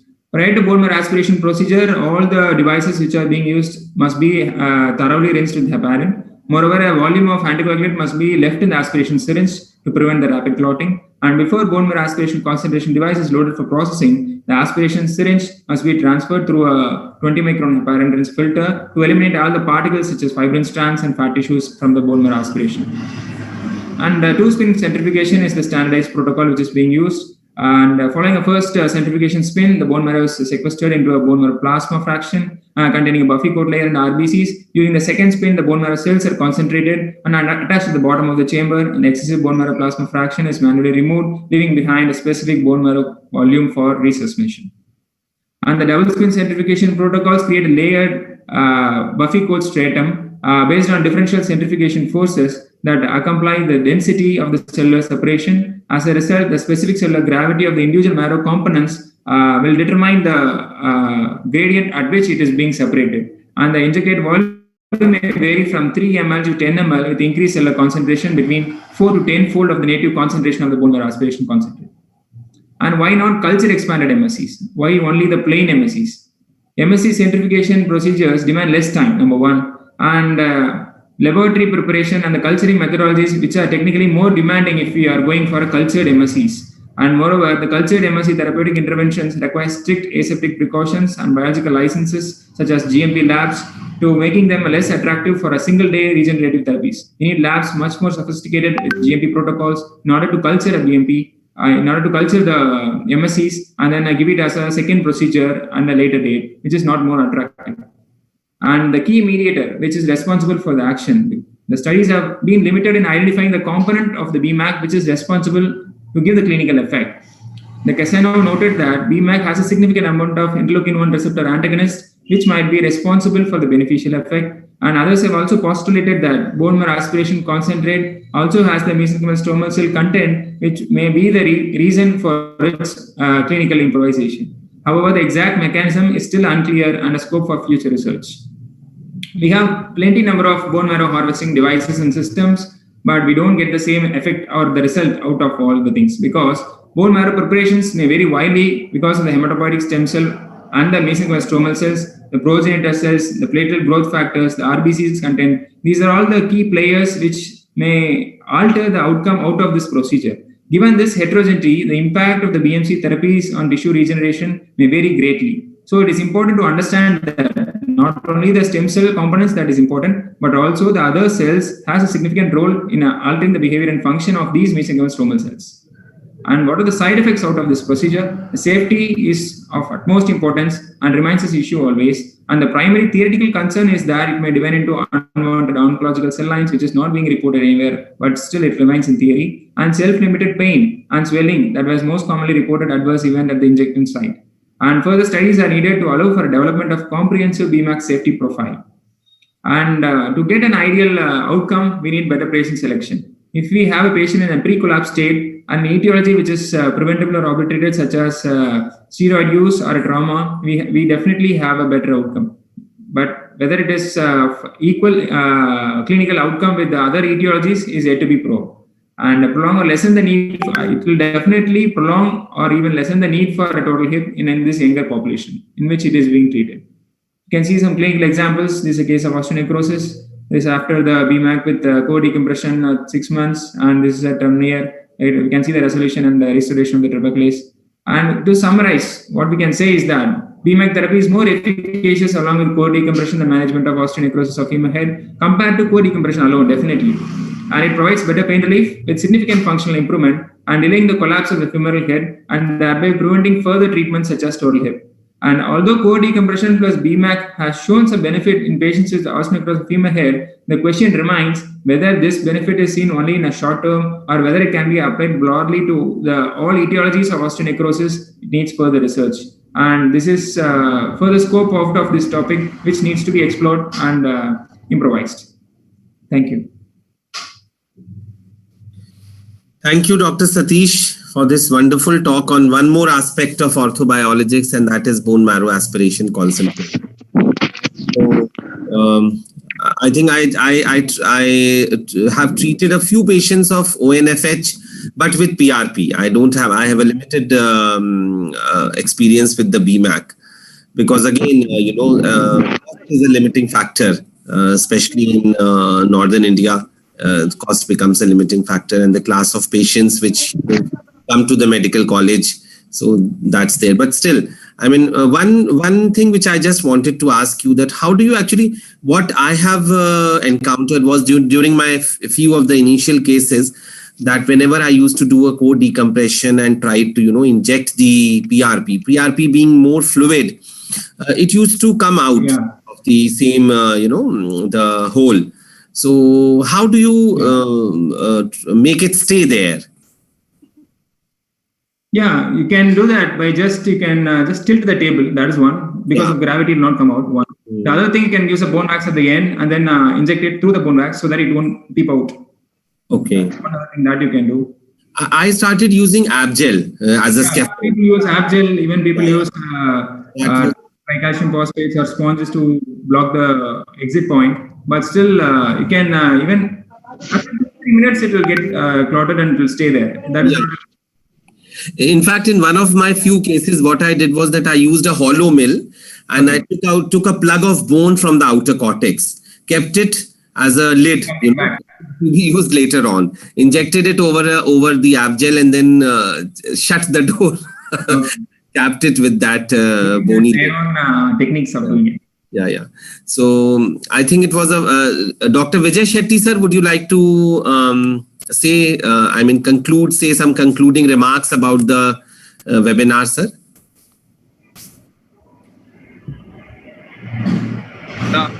Can you hear me? Yeah, we can hear you, sir. I think we had some wonderful lectures right from the beginning. Before I start, Najmul, if I make comment on the last question that you said. Yeah. I have done PRP on AVN, followed by drilling, the core decompression. Yeah. Two is, I use a long spine. If you use your regular aspiration needle, it's quite wide bore. Yeah. You use the spine because PRP is very liquidy. It's basically. Right.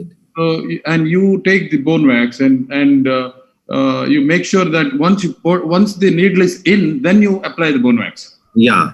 Otherwise, it will block the needle. The passage, yeah. So then you do it. And if you're doing bilateral, but if you're doing unilateral, you just ask them to tilt the table a little bit. Yeah, exactly.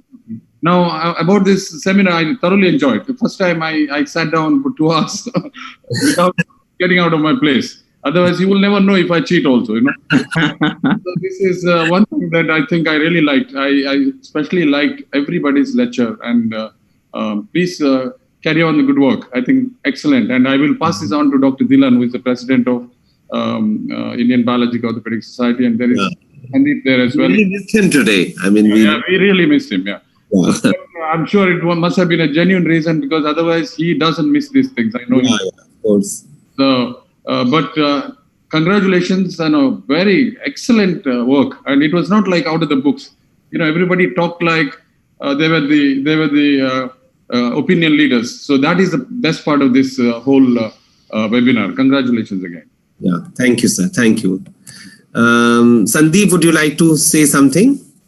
It was nice, sir. Nice to know. It was a wonderful webinar, and as Dr. Vijay Shetty just told, truly enjoyed. All the talks were good, and again we sat through the whole thing, and it was good. Good to hear Satish and Madan also, wonderful young blood, bringing in that new flavor. And it was good. Overall, it was a wonderful balance. The pediatric talk was good, and your talk is always good. It's always nice to hear your talk. It was overall a wonderful thing. So, and good to see a good gathering, and congratulations should go to your team for getting in so many, because it's a time of these webinars, right? Unless you don't you have to have in the in spite of it being a webinar on the internet, you've been on time. That's the best part of this. Exactly. That just shows how well you have actually gone and invited the delegates. Otherwise. So it was really good to see so many delegates attending. Yeah. But then would you like to say in a few words? You have been a great support and helping me all through this. Yes, sir. First, I have to thank you personally because you have organized this webinar through Tirthankar Medical University in aegis with Ibos. Thanks for that. And the lecture series which we had from starting till end, it was wonderful. And still more, we can do better with some other new area of interest in same orthopedics. Yes, as well as new source of stem cells and regenerative aspects into the orthopedics. I really enjoyed all the talks, and special thanks to Shetty sir and Sandeep Patel sir and Ajay sir, who has really opened the eyes into pediatric orthopedics. And I thank a lot for giving me the wonderful opportunity to talk in Ibos forum. Thank you. So with this, we end the meeting. Thank you all the faculty members and the delegates. I'm just asking Ashok Sham. Yeah. How many people viewed this on his platform? OrthoTV. I will pass it on to you later when I get the reply. Sure. I think Dr. Ashok Sham is logged in. Yeah, he's sir is there. Yeah, we are on OrthoTV platform. Okay. Yeah. Sandeep. Yeah. You never know how many thousands of people have watched. Got it. Yeah. Bye. Yeah. Okay. Bye, sir. Bye, everyone. Thanks for being here. Thank you. Bye. Thanks a lot, sir. Bye, sir. Thank you. Bye.